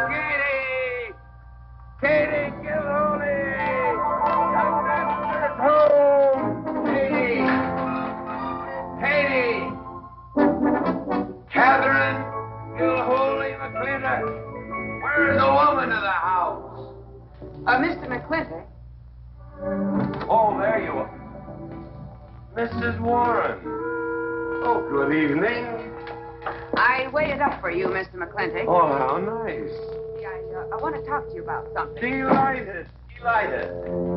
309 times straight. I beg your pardon? 309 times straight without a miss. Gotta be a record. I suppose so. Now, Mr. Mclintock, what I wanted to 2 say... pound Stetson, 6-inch brim, 53 feet in the air. It's gotta be a record. I'm sure it is, but the reason I waited up... Damn it, woman, can't you hold that glass still? Of course, sir. Now, down the hatch to my world record. Down the hatch. Yes, sir.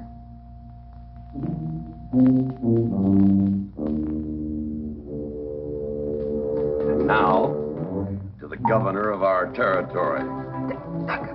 The governor of the territory, sir? Now, don't you stick up for him, Mrs. Warren. You're a fine woman, Mrs. Warren. But you'll certainly go down in my estimation if you stick up for Cuthbert H. Humphrey, governor of this territory. Don't mean to Down change... the hatch. Oh, yes, sir. Down the hatch. Cuthbert H. Humphrey, governor of our territory, is a cull. You know what a cull is, man? A cull is a specimen that is so worthless that you have to cut him out of the herd. Now, if all the people in the world were put in one herd, Cuthbert is the one I would throw my rope at whom I would throw my rope at. Natural-born cull. Another touch, ma'am? Oh, no, sir, no. Well, I don't mind if I do. Good. Can't walk on one leg. Oh, I didn't mean to be vulgar, ma'am. Can't walk one limb. It's all right. Sounds silly. Only a bird can walk on a limb. You know my wife? Her name's Kate. She insists on being called Katherine. Do you know her? Of course, Mr. Mclintock, and that's what I wanted to talk Well, to you. she thinks that Cuthbert H. Humphrey is panting for her like a bull buffalo at the first green up of spring. But what Cuthbert is panting for is my money. Don't make me feel like I'm drinking alone, ma'am. Very well, Mr. Mclintock, if you insist. Down the hatch. Good.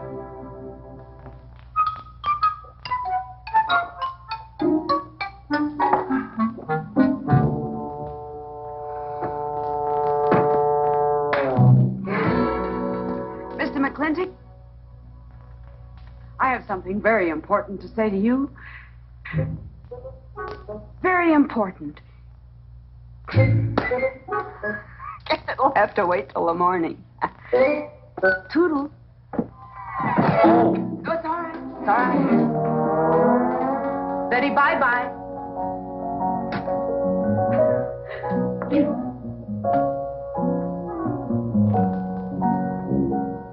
Whoops. Oh. Mrs. Warren. Let me assist you. Very kind.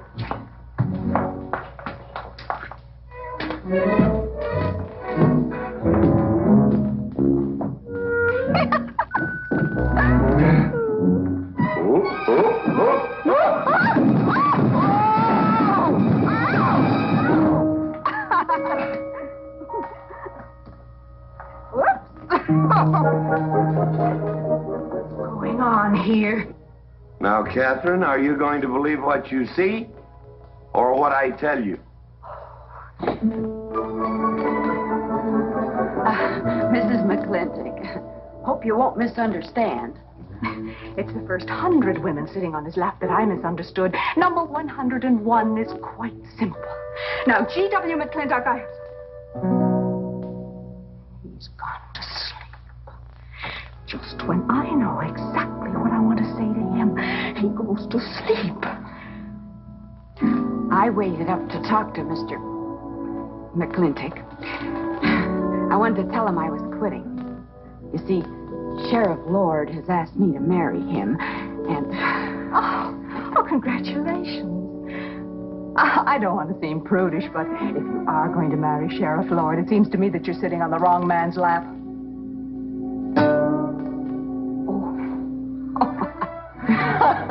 Come on, I'll help you upstairs and we'll have a long talk about men in general.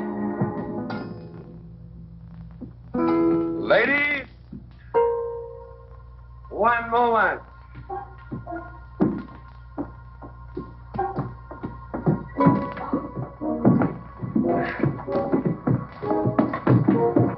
Oh!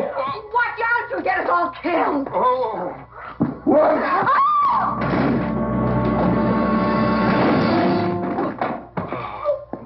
Wait a minute, ladies, till I catch my breath, and I'll get you up those stairs as sure as my name is George Washington Mclintock.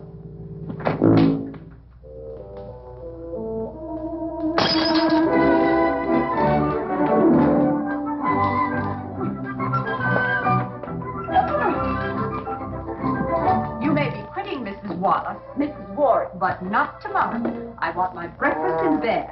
I want to know. I know, toast, lightly brown. Somebody sure put a knob on my skull. Here's Katie. I was speaking. Katie, why? Mrs. Warren was there. Oh. And there you was there. Oh. And there the whiskey bottle was there. Oh. And Katie's temper being what Katie's temper is, well, there you are. Drago, old friend. Huh? My wife does not understand me. Why, she be different than the other man. Come on, I gotta get you upstairs. Get you ready for that big celebration tomorrow. What is it?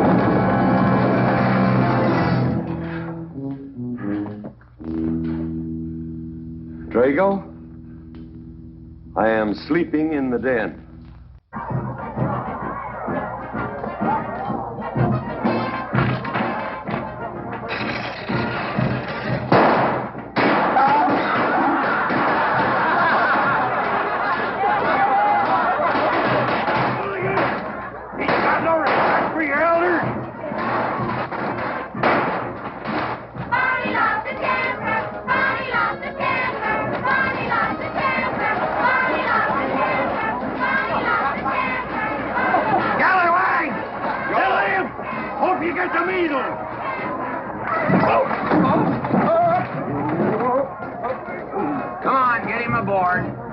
Everybody ready?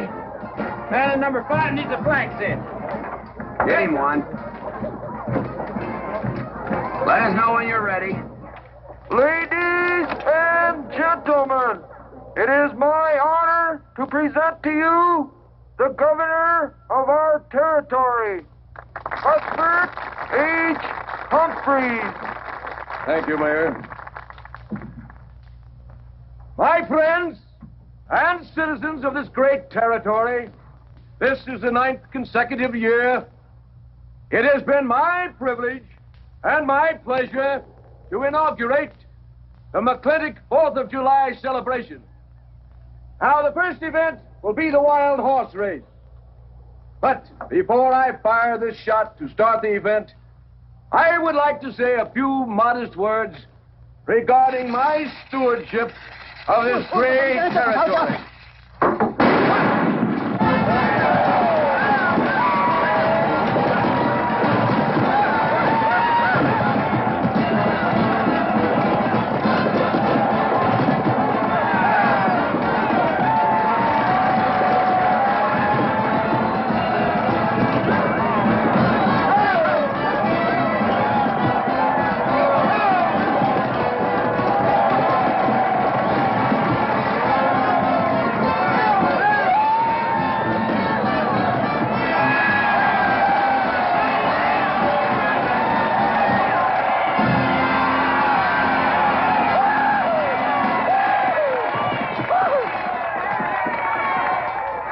Professor Birnbaum.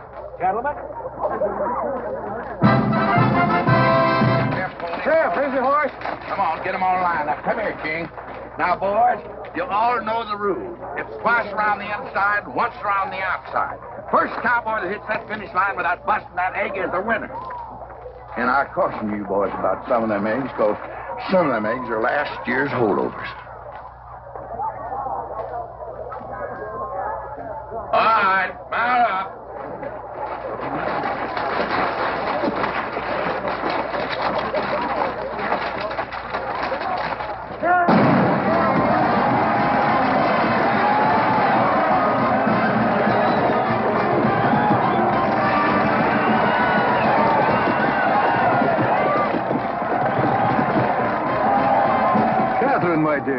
You seem to be enjoying yourself. Oh, yes.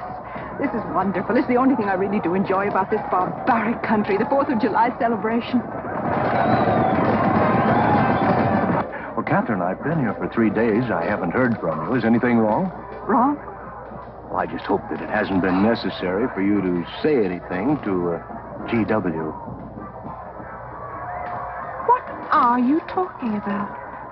Well, Catherine, you see, I'm in a rather delicate position, being governor of the territory and all. I just hope you haven't found it necessary to say anything about... About what? About you and me.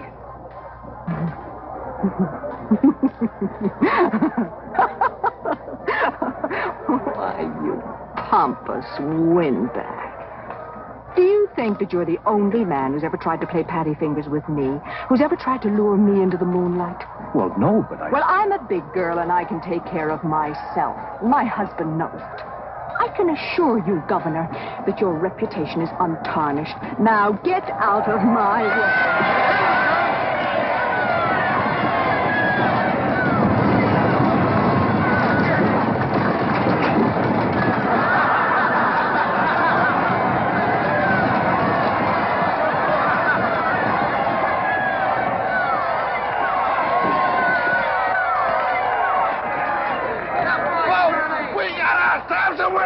Curly Fletcher!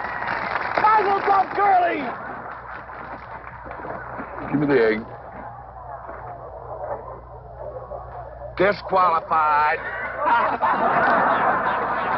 Here you go, Curly. You'll never believe what happened over there. What?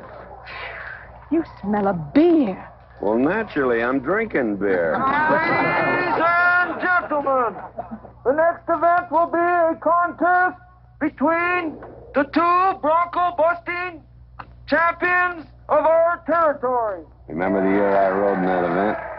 Wore your garters to hold up my sleeves? We had a bet, and I won it.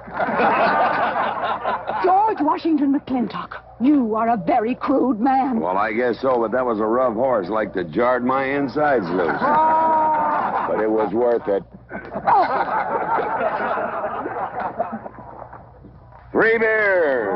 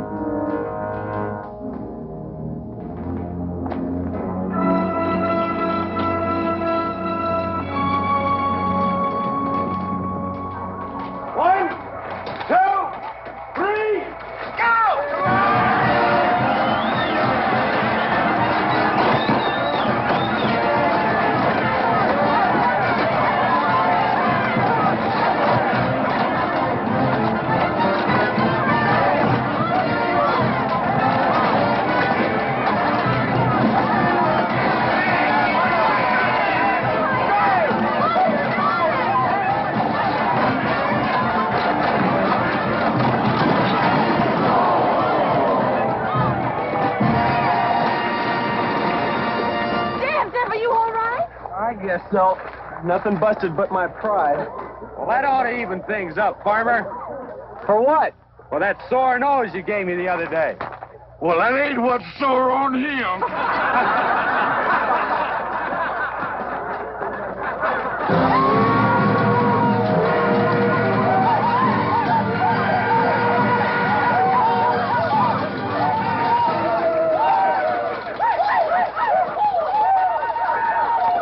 The closing event is the top pony race. The finish line is at the barbecue. So start meandering. Come on. Now, what is that? False courage? Why, you know a Douglas doesn't ever use a thing like that. I want you to get on that horse, get out in front, and stay out in front. I'll be out front, Dad. All the way. Good boy. Now remember, stay out in front. That Agamemnon's a good horse.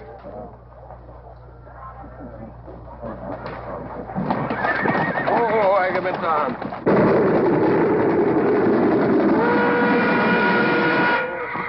party and she's already done. Oh, boy.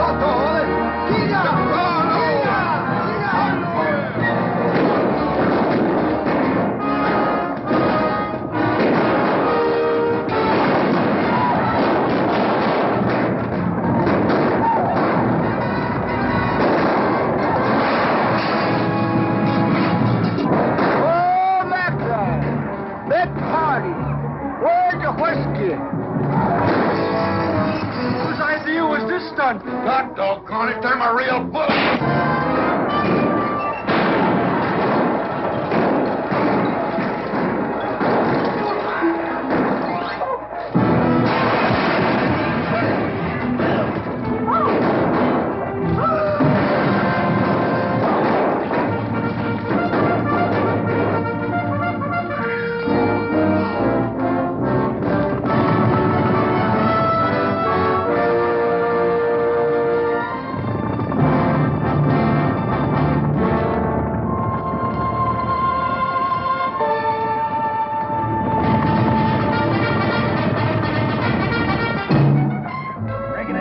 Excitement you'd want for one 4th of July, eh? Puma finally got his way, but I reckon he's riding out his last war party.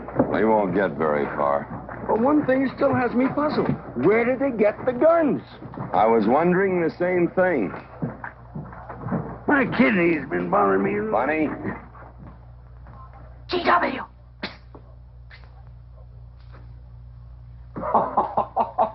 What an idiotic joke. Joke? Do you think that was a joke? Oh, shut up. You want everybody in town to see me. You look good in feathers. Oh. Deb, I think they've gone. Yeah. What are you going to do about it? What can I do? Nothing. Just like you've always done.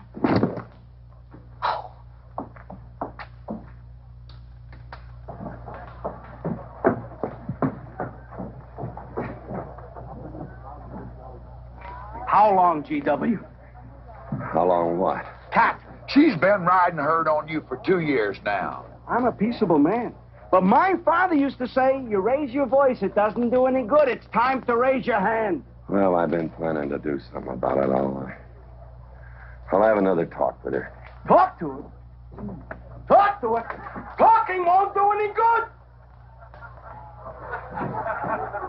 Becky, have you seen your... What's been happening around here? You've got hay all over you. Been some mighty sneaky goings-on here during that raid, Mr. Mclintock.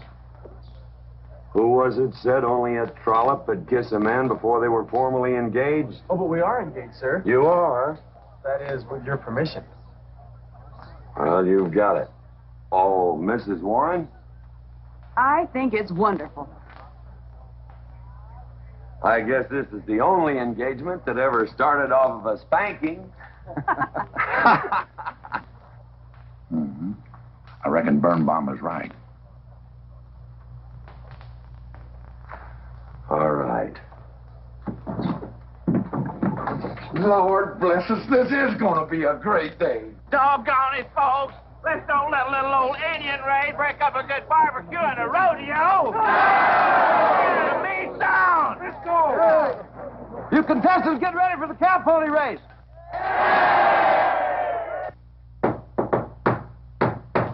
Who is it? It's me. Let me in. Not now. Are you insane? I want to talk to you. It'll have to wait. I've taken all I'm going to take from you. You are insane. You are going to tell me why you packed up, picked up, and walked out on me. 2 years ago, you remember, you came home from Denver with lipstick all over your...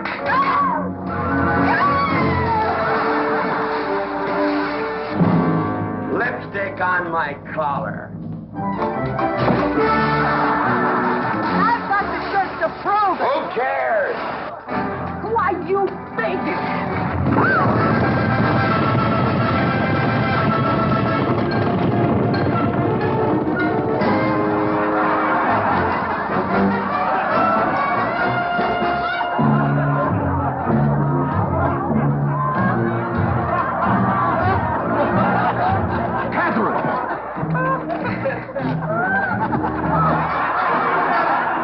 T.W., you are a ruffian. Cuthbert, you are right.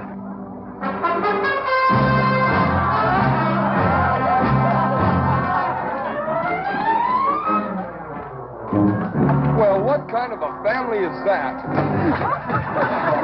The best. And danger, son. Who won the race? Who cares, Agard? History's being made.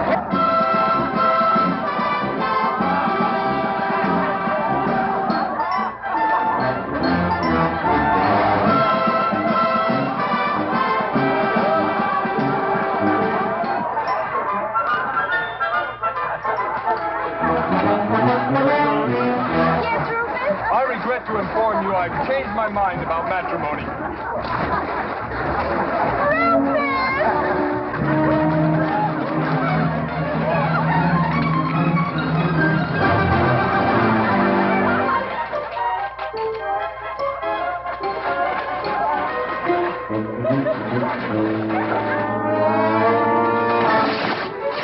Hey, Mrs. McLaglen!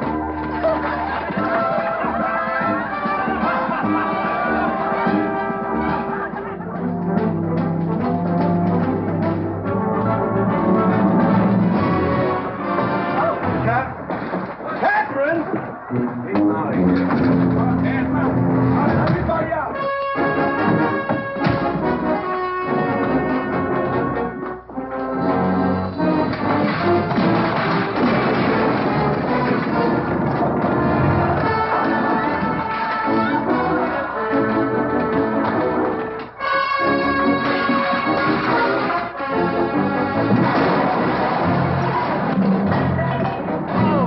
Looks like T.W.'s buying out the whole store. I'm afraid you're right.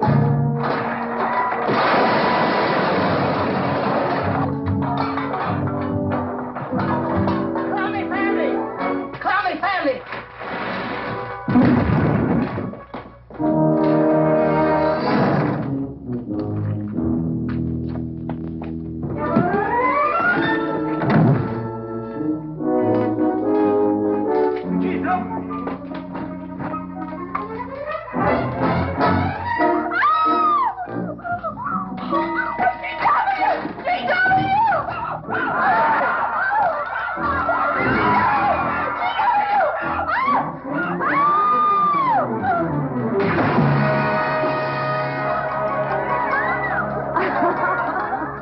Oh, Mrs. Mclintock, you're all wet.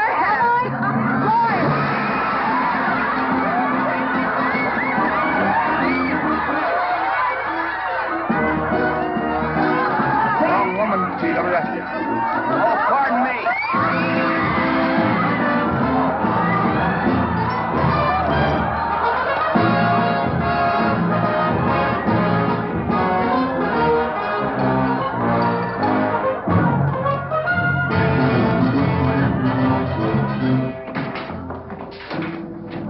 Mrs. McClintock, you setting a new style?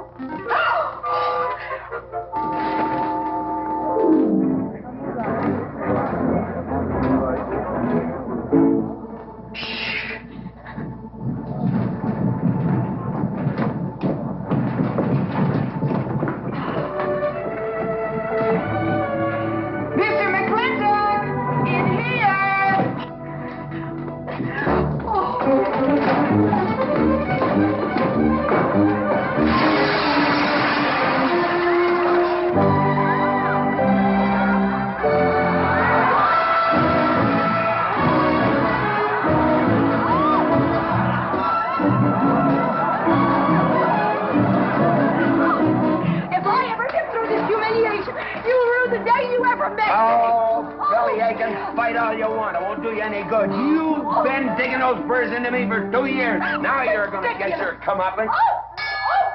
Thanks. My father would be proud of you.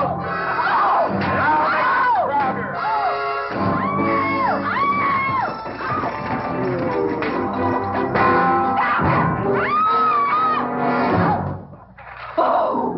Keep it. You may need it. Now get your divorce. Home. Don't spare the horse. Home, you heard me. Don't think you're going to get rid of me that easy. Yeah.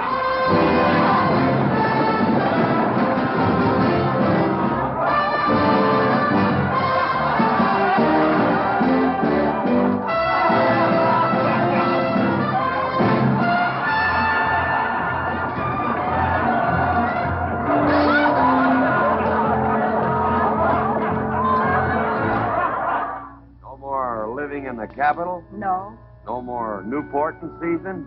Nope. No more dancing at the governor's ball? No, GW. Happy day! 310 times without a miss.